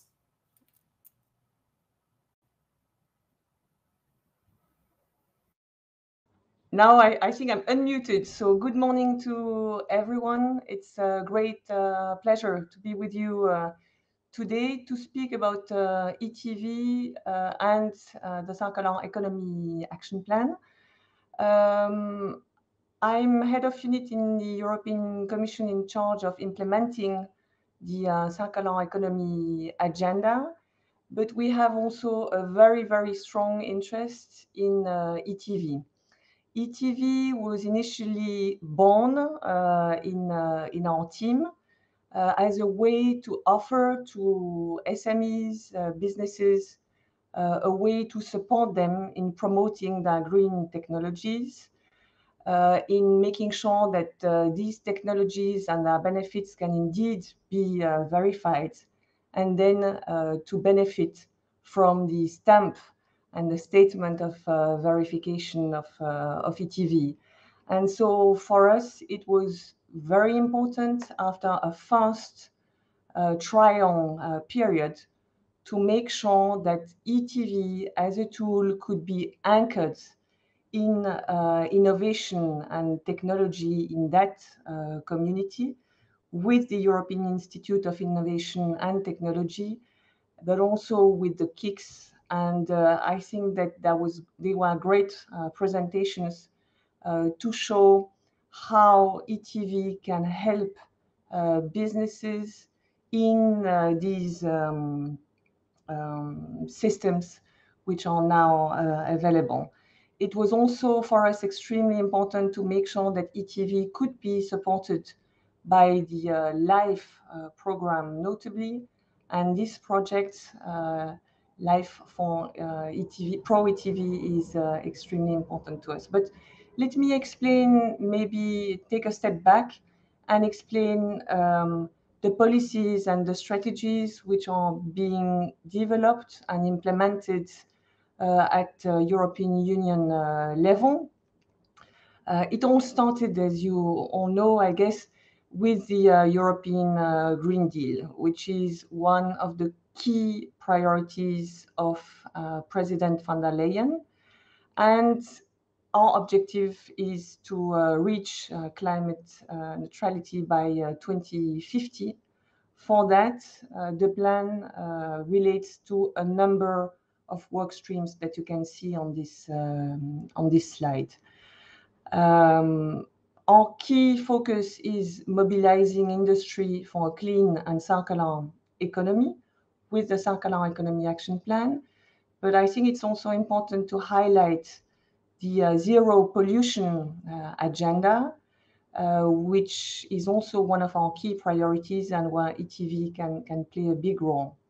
I've also highlighted clean energy, promoting clean energy, where, as we have seen, a lot of great innovations were developed and verified by the ETV network to promote clean energy. So this is the broad Green Deal architecture. Then when we come to the circular economy agenda, the whole idea, as you know, is to move away from a linear economy where we produce, we consume, and we throw away, and to have this systemic change on how we produce in Europe and how we consume in Europe. So there, back in March 2020, we issued the Circular Economy Action Plan. And as Ladeya said, it's not about waste.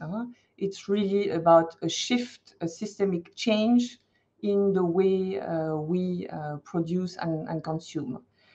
There are 35 actions which are listed in the Circular Economy Action Plan. And the big focus was and is on sustainable products. How can we make sure that sustainable products become the norm in the European Union and not the exception?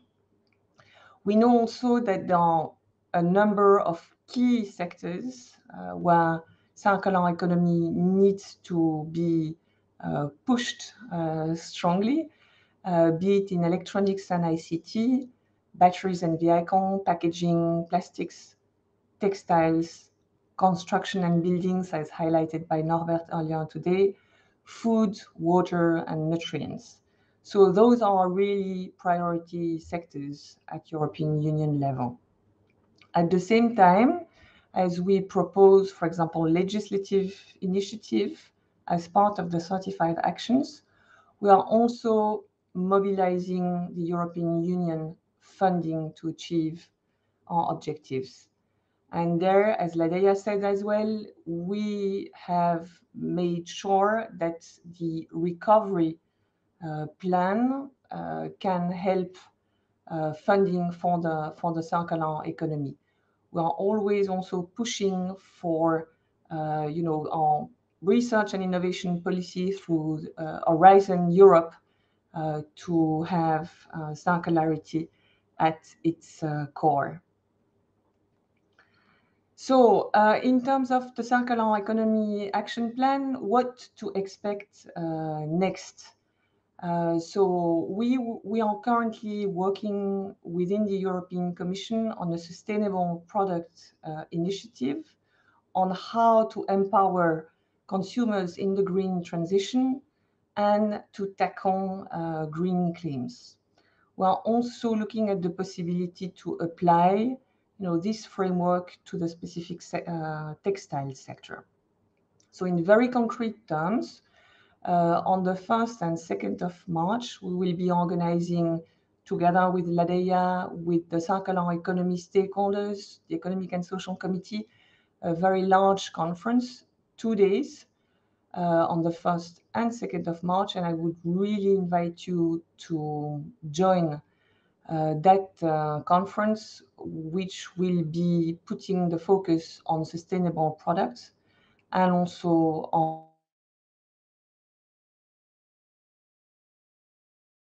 consumption. Then at the end of March, on the 30th of March, the European Commission will adopt initiatives on sustainable product initiative, also on the construction products regulation, communication on textiles. So this is coming very soon in 1 month and a half. I will go a bit more into this now. So what we are aiming at with the Sustainable Product Initiative is to revise the current Eco-Design Directive, which was and is dedicated to tackle energy-related products and mostly energy efficiency. So what we would like to do is to enlarge the scope of the current Eco-Design Directive to make sure that we can cover other products and beyond energy-related products, and also look at the wider sustainability aspects beyond energy efficiency. We know that up to 80% of a product's environmental impacts are related to the design phase. So this is why we are looking at products. When we think about sustainable products, we look at the durability, the reusability, upgradability, and repairability of products. Also at how to address the presence of hazardous chemicals and increasing the recycled content in products, restricting single-use and countering premature obsolescence, and incentivizing product as a service. We are also looking at the possibility to use the progress of digitalization, and notably making use of digital product passport. So in applying this, we look at certain priority value chains like electronics, ICT, textiles, furniture, and intermediate products such as steel, cement, and chemicals. So as a result, I think that stakeholders can expect a big European Union policy focus on how to design sustainably products, at a number of requirements that could ban from the European Union market the most impactful products, and therefore all technologies that can support sustainable products will be absolutely essential. And showing that ETV can deliver benefits in terms of green technologies would be an asset. So from the product side, I would also like to brief you on consumption. So we are working with colleagues in charge of consumer policy to make sure that consumers can receive trustworthy and relevant information on the products at the point of sale. We are also looking at how to regulate green claims which are made on the European Union market.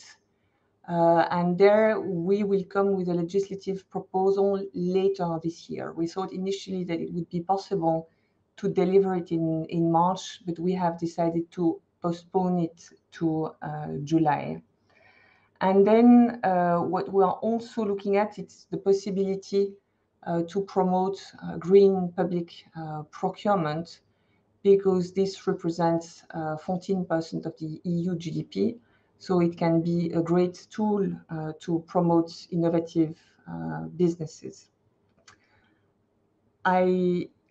Moving to the certification schemes, I see a question from Monica coming as we speak. So in the context of the Circular Economy Action Plan, we are looking at as well circularity in production processes with the review of the Industrial Emissions Directive, which will come in spring, and with the Industrial Symbiosis. And in that context, the European Commission specifically referred to the Environmental Technology Verification Scheme as a new certification mark for technologies. We also referred in that context to the new SME strategy, where ETV has always been seen as an important support tool for SMEs. I would like maybe very briefly to move from circular economy to the zero pollution agenda, also because it can deliver opportunities for businesses using ETV. So the vision of the zero pollution agenda is that by 2050, air, water, and soil pollution would be reduced to levels which are no longer considered harmful to health and ecosystems, and that would respect the boundaries of our planet. So it's really about a toxic-free environment. And so in the context of the zero pollution agenda, we are also working on a number of legislative proposals. And this may be helpful also for businesses who want to develop their technologies to be aware of the wider policy agenda, be it on air quality, on urban wastewater treatment, on mercury, on the noise directive, the Industrial Emissions Directive we mentioned. So I think it's also extremely important to understand that the zero pollution agenda at large, like the circular economy agenda, are policies which support green technologies and the need for green technologies. I wanted to maybe, as the last slide, to give you some examples of technologies verified by ETV, where we can see that they contribute to a more circular economy, a less polluted environment by improving the sustainability of production processes.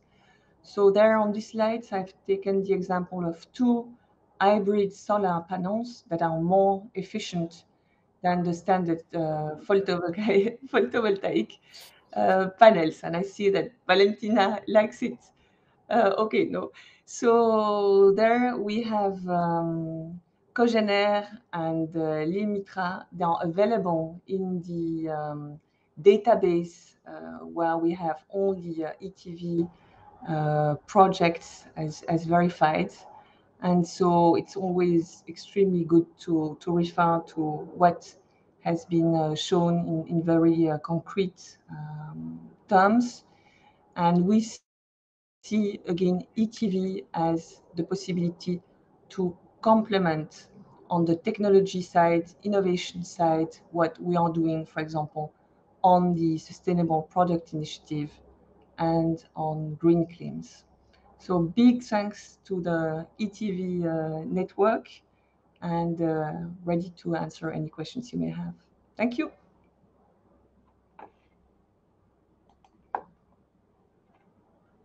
Thank you very much, Emmanuel. That was really quite important to hear from the Commission, a very strong voice saying that ETV is important. It's, with all the years I've been working on the scheme, which is, well, together with Ignacio, close, well, Ignacio is even longer. He just asked me about how long, since when we have met last time. I guess that was 2006 when we started working on ETV together. So quite a chunk of history behind us. I think it's really very, very important to have it spoken so loudly that ETV is important for the European Commission's agenda. And what I also observe is that the way we are going, I mean, the Commission is going to extend the scheme towards the new technology areas, really fits also the policy developments that are related to the Zero Pollution Action Plan. Because actually those new areas fit really very, very well into what is going to happen exactly in those sites. And well, we already had this kind of a discussion, but it's also good to hear from you that you see this link, that you see this kind of an opportunity that will probably need to be elaborated a little bit more on how ETV could help substantiate the green claims, substantiate the environmental performance of organizations, especially those where technologies are a core part of their activity. So I see that there are some questions in the chat, but I don't know, Emmanuel, are you able to stay with us a little bit longer, or? I can stay probably until 12:30, but which is the end of the webinar. So right, yes, absolutely. That's really great. So we'll just then take the questions during the question and answer session. So right now I have already seen Valentina appearing. So I'll just give the floor to her to talk to us a little bit on how the region is dealing with innovation and the circular economy, as I could see that there were some really very interesting developments in the Emilia-Romagna region that could probably be also considered as a good, as an example of a good practice to other regions on how those regional ecosystems for innovation can effectively work for circular economy. So Valentina, please, the floor is yours. Thank you very much for your introduction. And again, sorry, Emmanuel, for the problem that we had before. I'm sorry. Good morning, everybody. Thank you for inviting me today. I'm here, as Isabella said, to represent the Emilia-Romagna region. It is a region situated in northern Italy, and it is known to be one of the most innovative, developed, and hardworking regions of Italy and actually of Europe. Today, I'm here to share with you our experience in using policy tools such as local laws in order to address the innovation challenge of circular economy. In particular, I'd like to talk about regional law number 16 of 2015, and its provision and practical application, and then we'll focus on our present and future challenges that the Emilia-Romagna region is facing. Okay. Emilia-Romagna region was the first in Italy to approve in 2015 a specific law to move forward from a linear to a circular economic model, stating the concrete need to take distance from the model based on resource exploitation and waste production to a more innovative way of thinking. The law was approved, as I said, in 2015, and with this law, Emilia-Romagna assumed the circular economy fundamentals as a part of its own identity. The model of the law sticks to the European waste management hierarchy, so it is based on prevention, reuse, and recycling, and therefore, law number 16 sets legal provisions supporting actually circular economy, prevention of waste production, reuse, recycling, and waste sorting. Law number 16 has many legal provisions, but we'll focus just on two of them that are the most relevant for the topic that we're discussing today. The first is the ratification of specific agreements aimed at promoting waste production, prevention, and industrialization of waste recovery. And the second is the establishment of the so-called regional list of byproducts and the best practices for already existing supply chains. Let's start with the agreements for prevention and industrialization of waste recovery. Industrial symbiosis is the practice of is one of the key tools, for circular economy, and is the practice of synergistic exchange of waste, byproducts, water, energy, and other materials and services between companies belonging to a more or less extended territorial context. Key conditions for the implementation of industrial symbiosis practices are the collaboration between companies, the availability and possibility to use waste materials, and the geographical proximity between the actors involved. Despite its advantages, industrial symbiosis is not yet so fully widespread. So Regione Emilia-Romagna decided to take part in a project called the TRIS project, where TRIS stands for Transition Regions Towards Industrial Symbiosis, which was designed to support participating organizations in developing activities to increase resource efficiency and competitiveness of small and medium enterprises by introducing industrial symbiosis practices.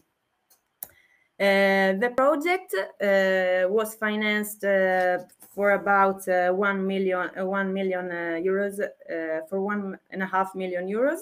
And it lasted for 5 years. So it started in 2016 and ended up in 2021, and was participated beside from Emilia-Romagna region, also from other European regions such as West Midlands, Central Hungary, South Sweden, and Comunidad Valenciana.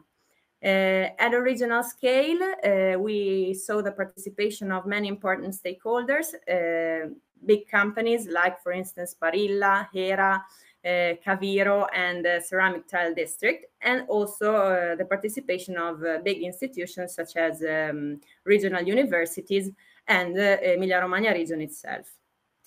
These stakeholders were involved in lab workshops and study visits, and they shared good practices, insights, and ideas on new actions to develop industrial symbiosis and circular economy. Among these good practices, we find law number 16, regional law number 16, and as a law enforcement tool, Emilia-Romagna also approved the waste management plan, which contains useful indications to reach the goals set by law number 16.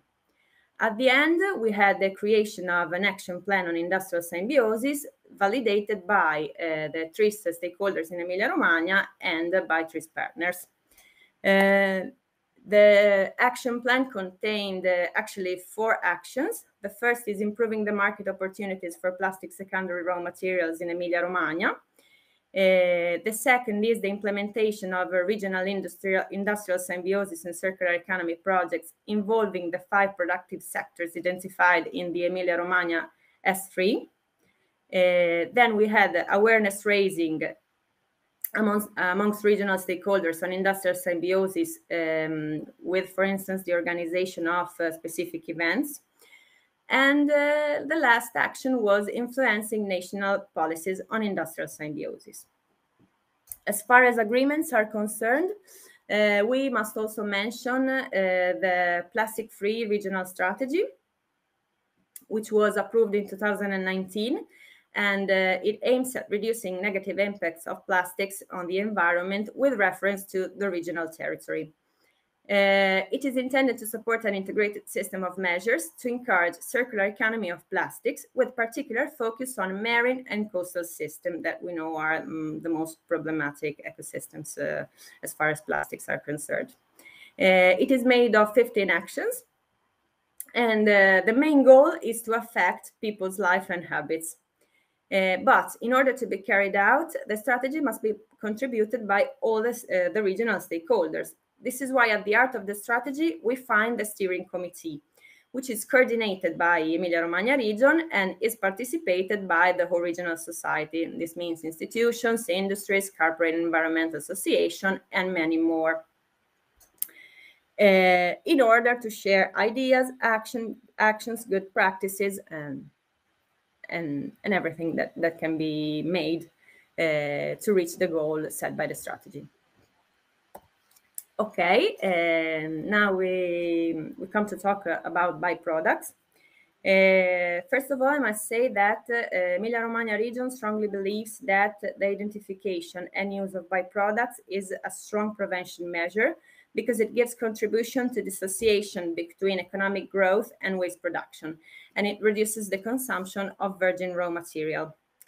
Law number 16 has set provisions for a permanent coordination with corporate associations in order to help companies and industries identify possible byproducts in their productive chain.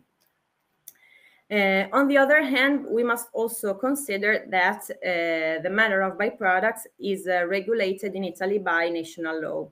So, as Emilia-Romagna wanted to create a tool to make more attractive the identification and use of byproducts, we decided to put up a system to acknowledge the companies the compliance to good practices.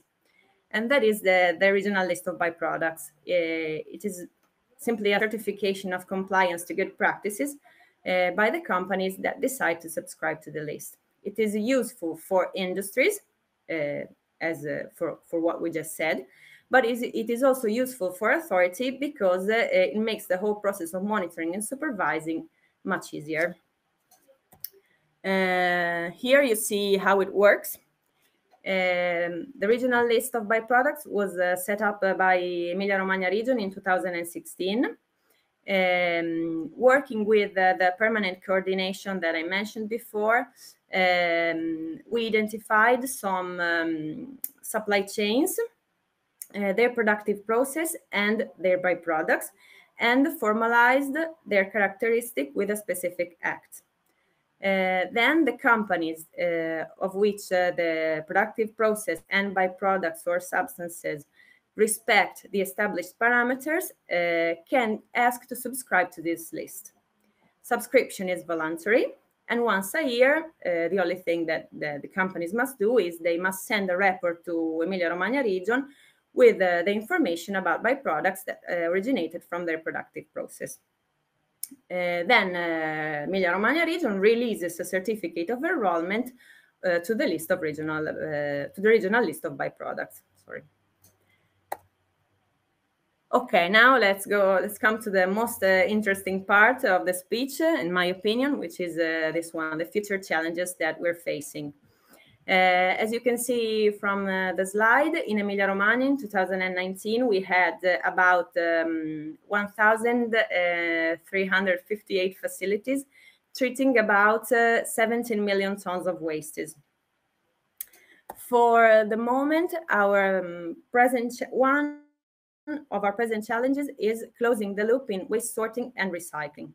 This is we already have a good situation as far as organic waste, for instance, is concerned, which is turning to biomethane within the regional borders.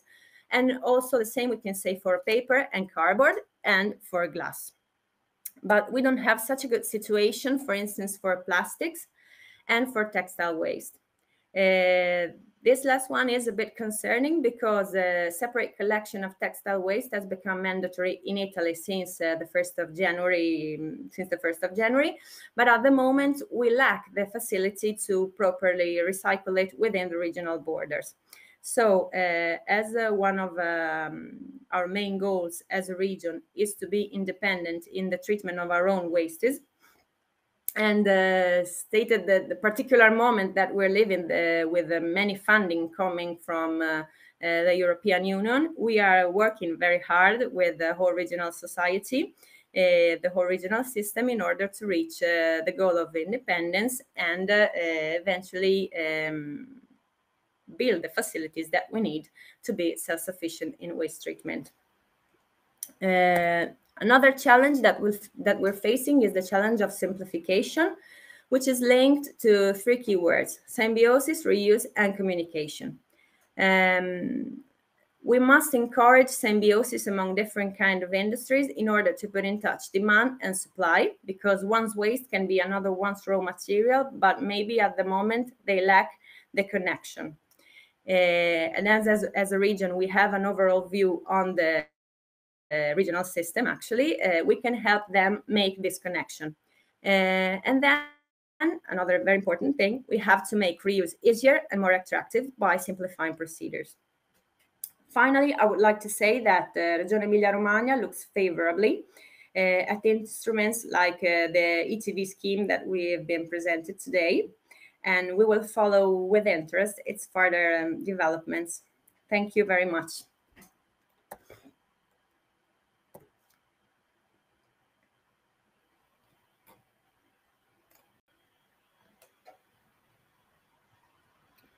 Thank you very much, Valentina. It was really interesting to hear how regions are dealing with the circular economy. And I guess that even for my region, the Silesia region, the Katowice area, there are many interesting things to learn and maybe even set up a very nice follow-up project. And I guess that some other people from the audiences may have similar impressions.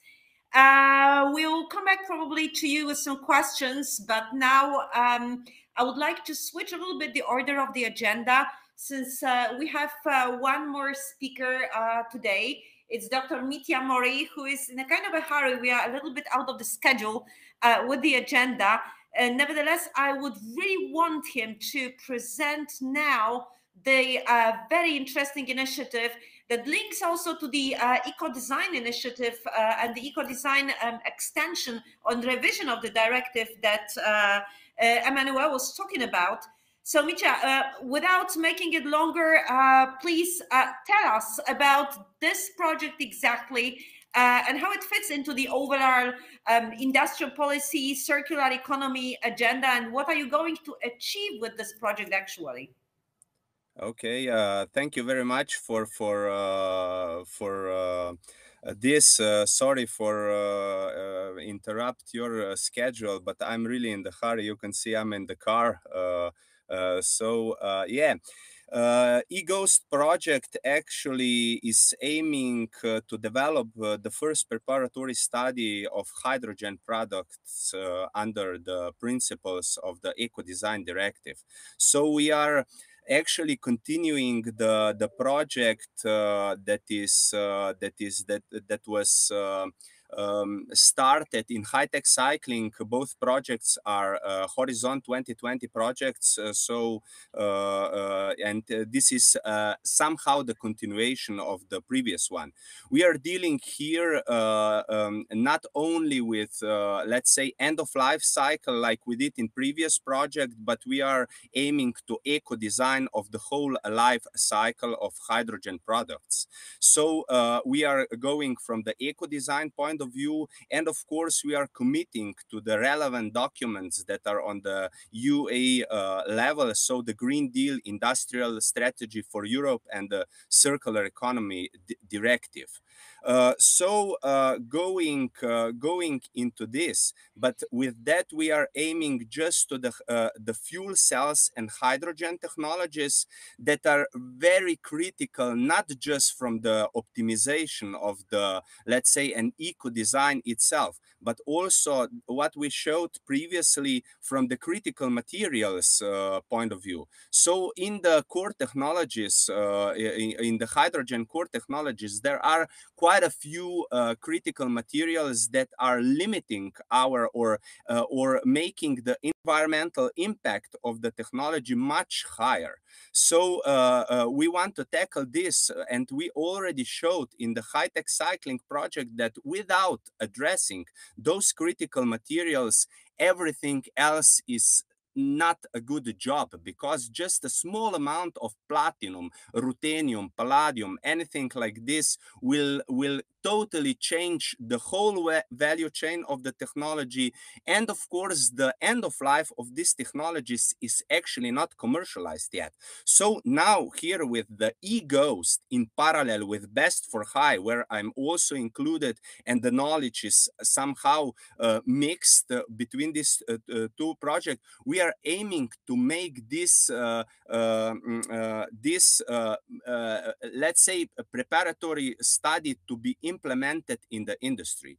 In the eGhost, we are focusing in two main technologies that are, one is commercially already very much in our, let's say, everyday polymer exchange membrane fuel cell stack, and the other one is solid oxide electrolyzer that seems to be a promising technology. So just going briefly to the basic 3 objectives. Now we are in step 1. The project was started January 2021, so just 1 year ago. And now we are in the developing of the thinking tools. That is actually how to merge the eco-design methodology on the hydrogen and the hydrogen, let's say, technologies. So, and we are actually making triple impact decision-making approach: economic, environmental, and also social life cycle, so that we are aiming to the total sustainability development, addressing all 3 pillars that are actually very important, not just today, but it will be very important also in the future. So in the second step, we will create a matrix, because it first thinking tools and then to implement this, creating metrics for prospective environmental and social aspect to be integrated in the taxonomy. So this will be actually settling a pathway for the future eco-design regulations according to the eco-design directive.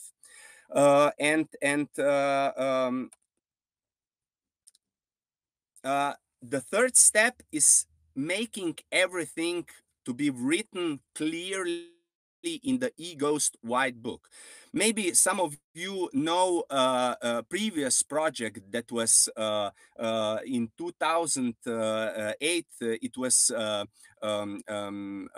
hydrogen. It was previous. I cannot remember the name now. HyGuide. HyGuide. It was the document that was before that. But that document just addressed the production part of the hydrogen technologies. But now we are doing this for the whole life cycle, and even adding the social and economical part to this. Partners that are inside this project are from Spain, from France, from Japan, and from Slovenia. The project will be from 2021 till 2023 with clear objectives, a lot of challenges. So we are 7 partners from 4 countries. Maybe just to use this opportunity, actually, I'm coming from the Faculty of Mechanical Engineering, University of Ljubljana, Department of Energy Engineering. We have many research areas that are here, let's say, mainly on the batteries, fuel cells, conversion processes, and also LCA, where I'm an expert. This is the horizontal knowledge here, but actually everything should be in the future very, very much linked with each other, and through that kind of project that is eGhost, pass this knowledge to the industry with the clear instructions how to be used. Nevertheless, I should also stress this out. We kind of were, let's say, recognized as successful in the European Hydrogen Week in November 2021. We received the best success story together with several other projects from the fuel cell and joint undertaken. We are hopefully on the right path, and I hope that we will have many more possibilities to report of our results in the future. If you need some additional info, you will get it on our official website. And actually, that would be shortly everything from my side, and I'm here also to answer any questions if there will be some. Thank you. Mate, before you, so thank you very much for this presentation, quite interesting from the car. So before you switch on the engine, I just wanted to ask you about one thing, because as far as I understood your project, it looks like you are really dealing with the total environmental performance of the hydrogen technologies that you have just listed. One of them is an emerging one of them is already on the market. So what you are dealing with is really from the side of the different environmental aspects and impacts at the different life stages, and how to design such technologies in the future so that you can call them, I would say, really green technologies. But my quick question would be, are you looking, or how are you looking actually into how those green technologies will perform in terms of technical and functional performance? And do you see here the role, I don't know how long you have been with us on this webinar, but do you see here the role of schemes like environmental technology verification scheme, which is to certify the technical performance of new technologies, including energy technologies, as playing a role of something where synergies or complementarity could be built? Thank you very much for the question. Yes, I was really brief in my presentation. First, I would like to stress out that we are aware of just, let's say, having theoretical project, it's not enough. We had this in high-tech cycling, and now closely the industry is involved, because the product should be designed in the way that it can be decomposed, and also the materials used should be that they can be at least recycled, if not used, let's say, in different components in the future.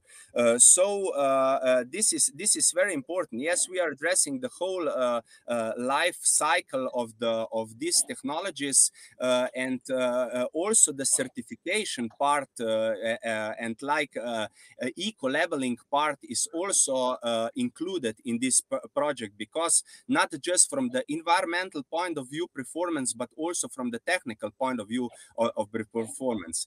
That's why we are all there are three projects that are running from the fuel cell and hydrogen undertaking in parallel, and also one aim of the officers is to make this collaboration between the three projects, because it is very important. In the past, we were addressing mainly the end of life stages, and we were thinking about this, but now we have to go not just in the operation phase, that is very important, of course, but also in the let's say production phase. And we are now in the phase of putting this eco design wheel that for sure you all know, and gathering all the ideas, but not from the, let's say, university point of view, but from the industry point of view. What is possible to do now? So is possible to expect that some other material will replace platinum? Is how low we can go with platinum loading to let's say reduce environmental performance? Can we use some different materials for other parts? So there is quite a lot of challenging, and as I said, it will be very, very interesting what the outcome of the project will be. Sincerely, I don't know yet.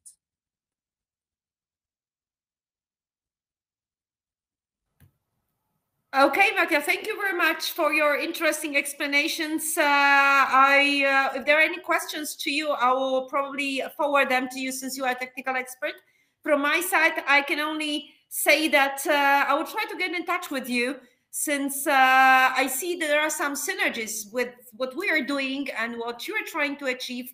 And definitely there will be another opportunity to explain it a little bit more in depth. But anyway, thank you very much for this presentation.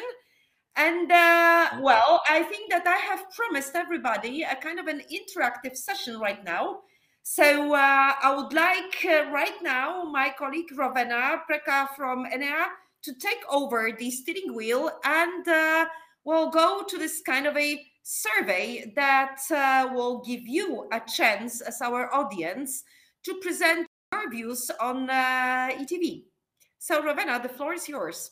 Thank you, Isa. Yes, I know we're a bit late, so I will go straight to the survey.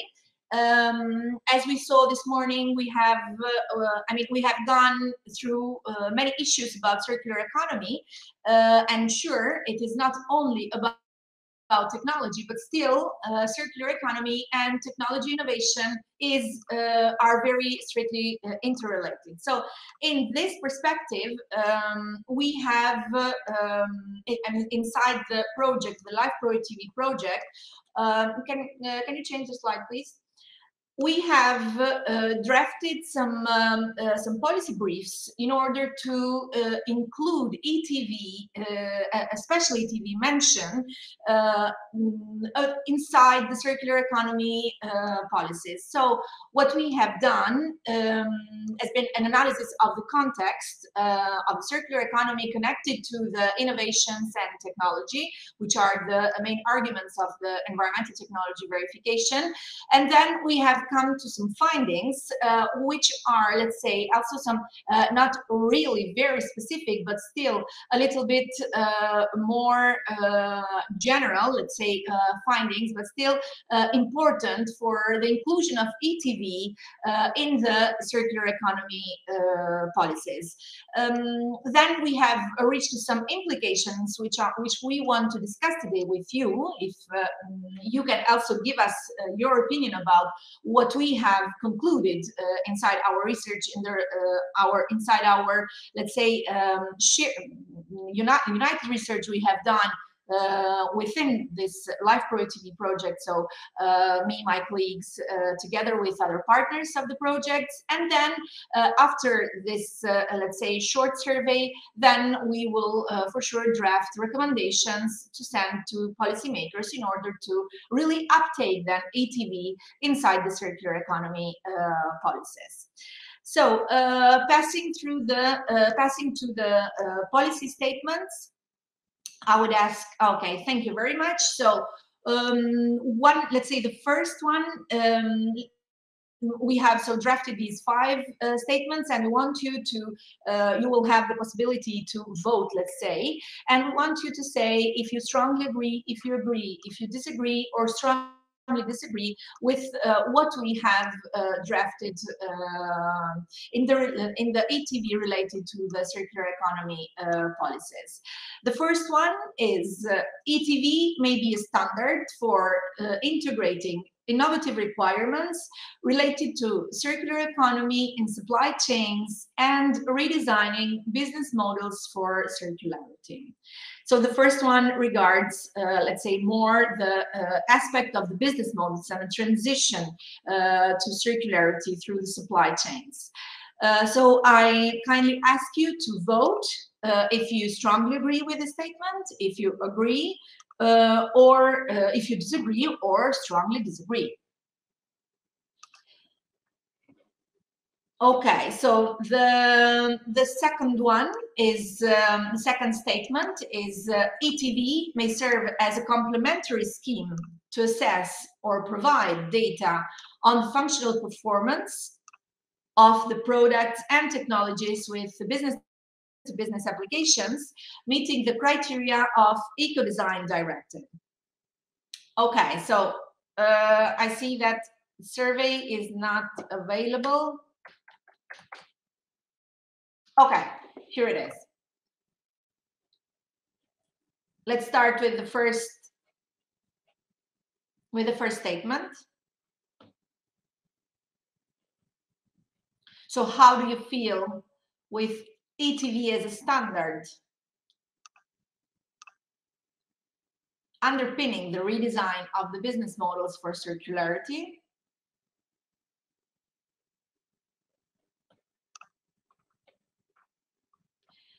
The other one is the one related to the business-to-business applications, meeting the criteria for the Ecodesign Directive.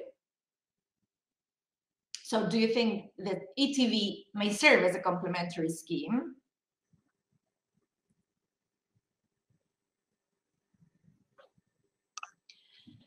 The third statement is about the new processes, products, and services with environmental technology verification proven performance, enabling the recovery of materials, water, and energy, which may help companies to substantiate their claims on environmental performance under the schemes under the, let's say, consolidated schemes such as EMAS, product environmental footprint, organization environmental footprint, and ISO 14001. So how do you feel with this statement? And how do you feel with ETV can help overcome any technological barriers that could hinder the implementation of industrial symbiosis paths, which is another very important aspect of the circular economy regarding the industrial sector. As we have seen also in the previous presentations, industrial symbiosis needs also the technology enablers in order to really implement it fully.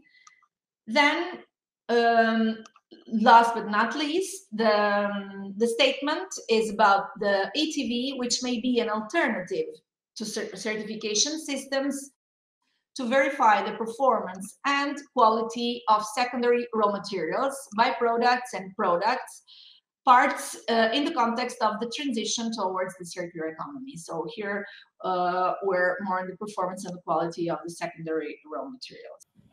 Okay, so I see that let's say that we have more or less reached the maximum people. So the answers are for the first one, for the first statement. So ETV may be a standard for integrating innovative requirements related to circular economy in supply chains and redesigning business models for circularity. I see that the majority agrees. Some of them also strongly agree, but there's also a small part of disagreement. So a couple of auditors disagree with this statement, although we have 30 voters that strongly agree with the statement. The second one, which is the one related to the B2B applications meeting the criteria of the Eco-Design Directive, we have I mean, the whole auditors have agreed. So most of them have agreed, but we have also 10 auditors that have strongly agreed with the statement, which is really a very good, let's say, feedback, because it seems that our idea of relating the ETV with the Eco-Design Directive is I mean, it is suitable, and it's a good idea.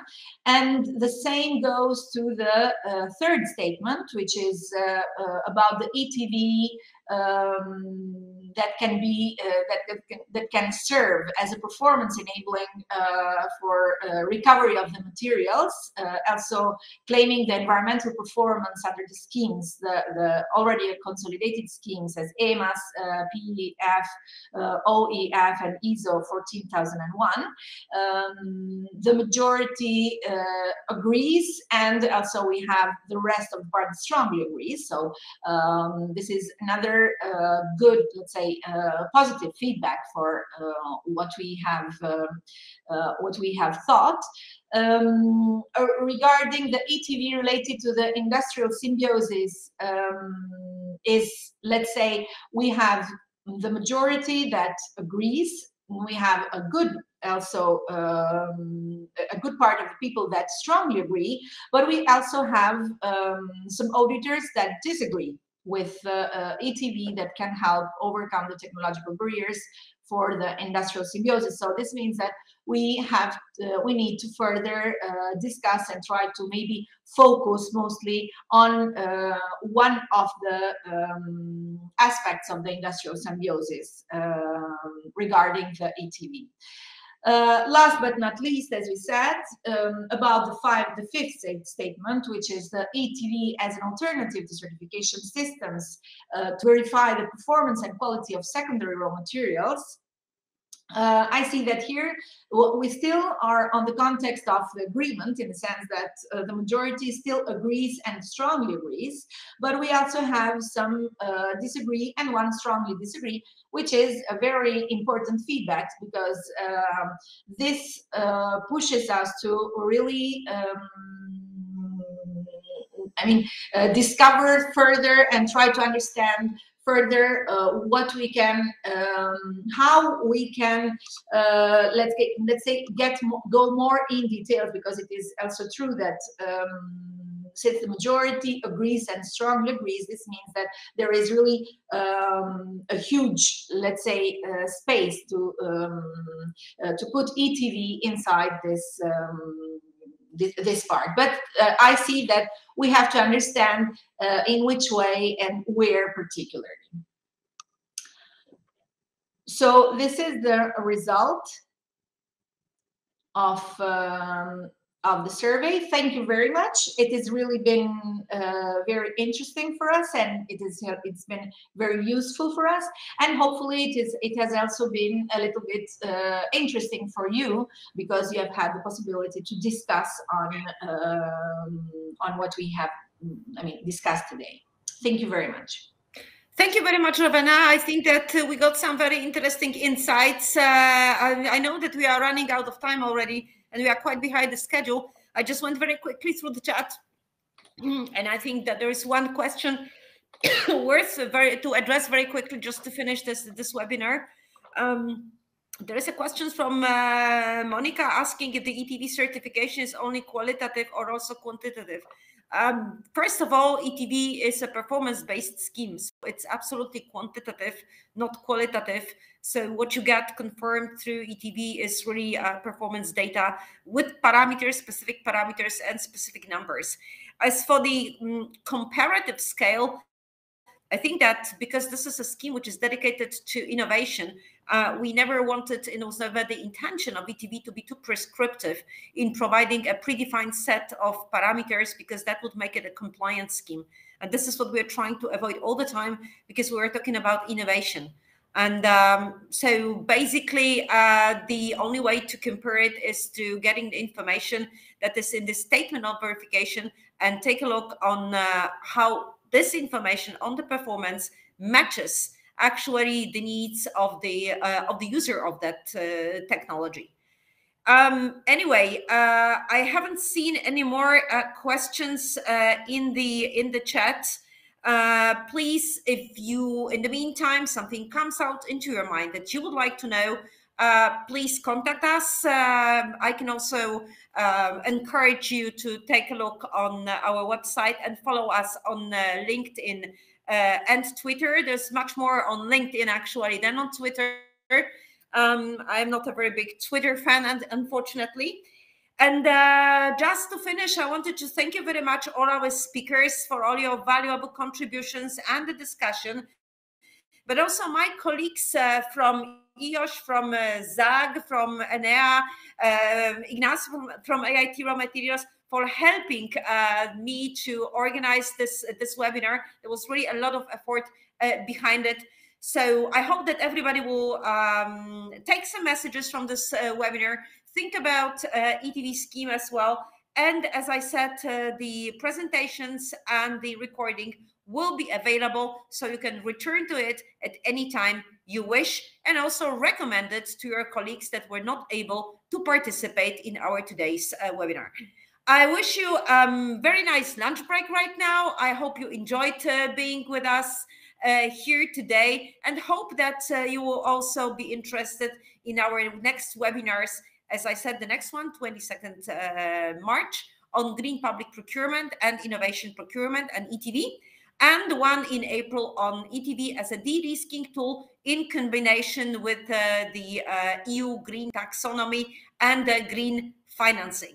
Thank you very much. Have a nice afternoon. Bye-bye.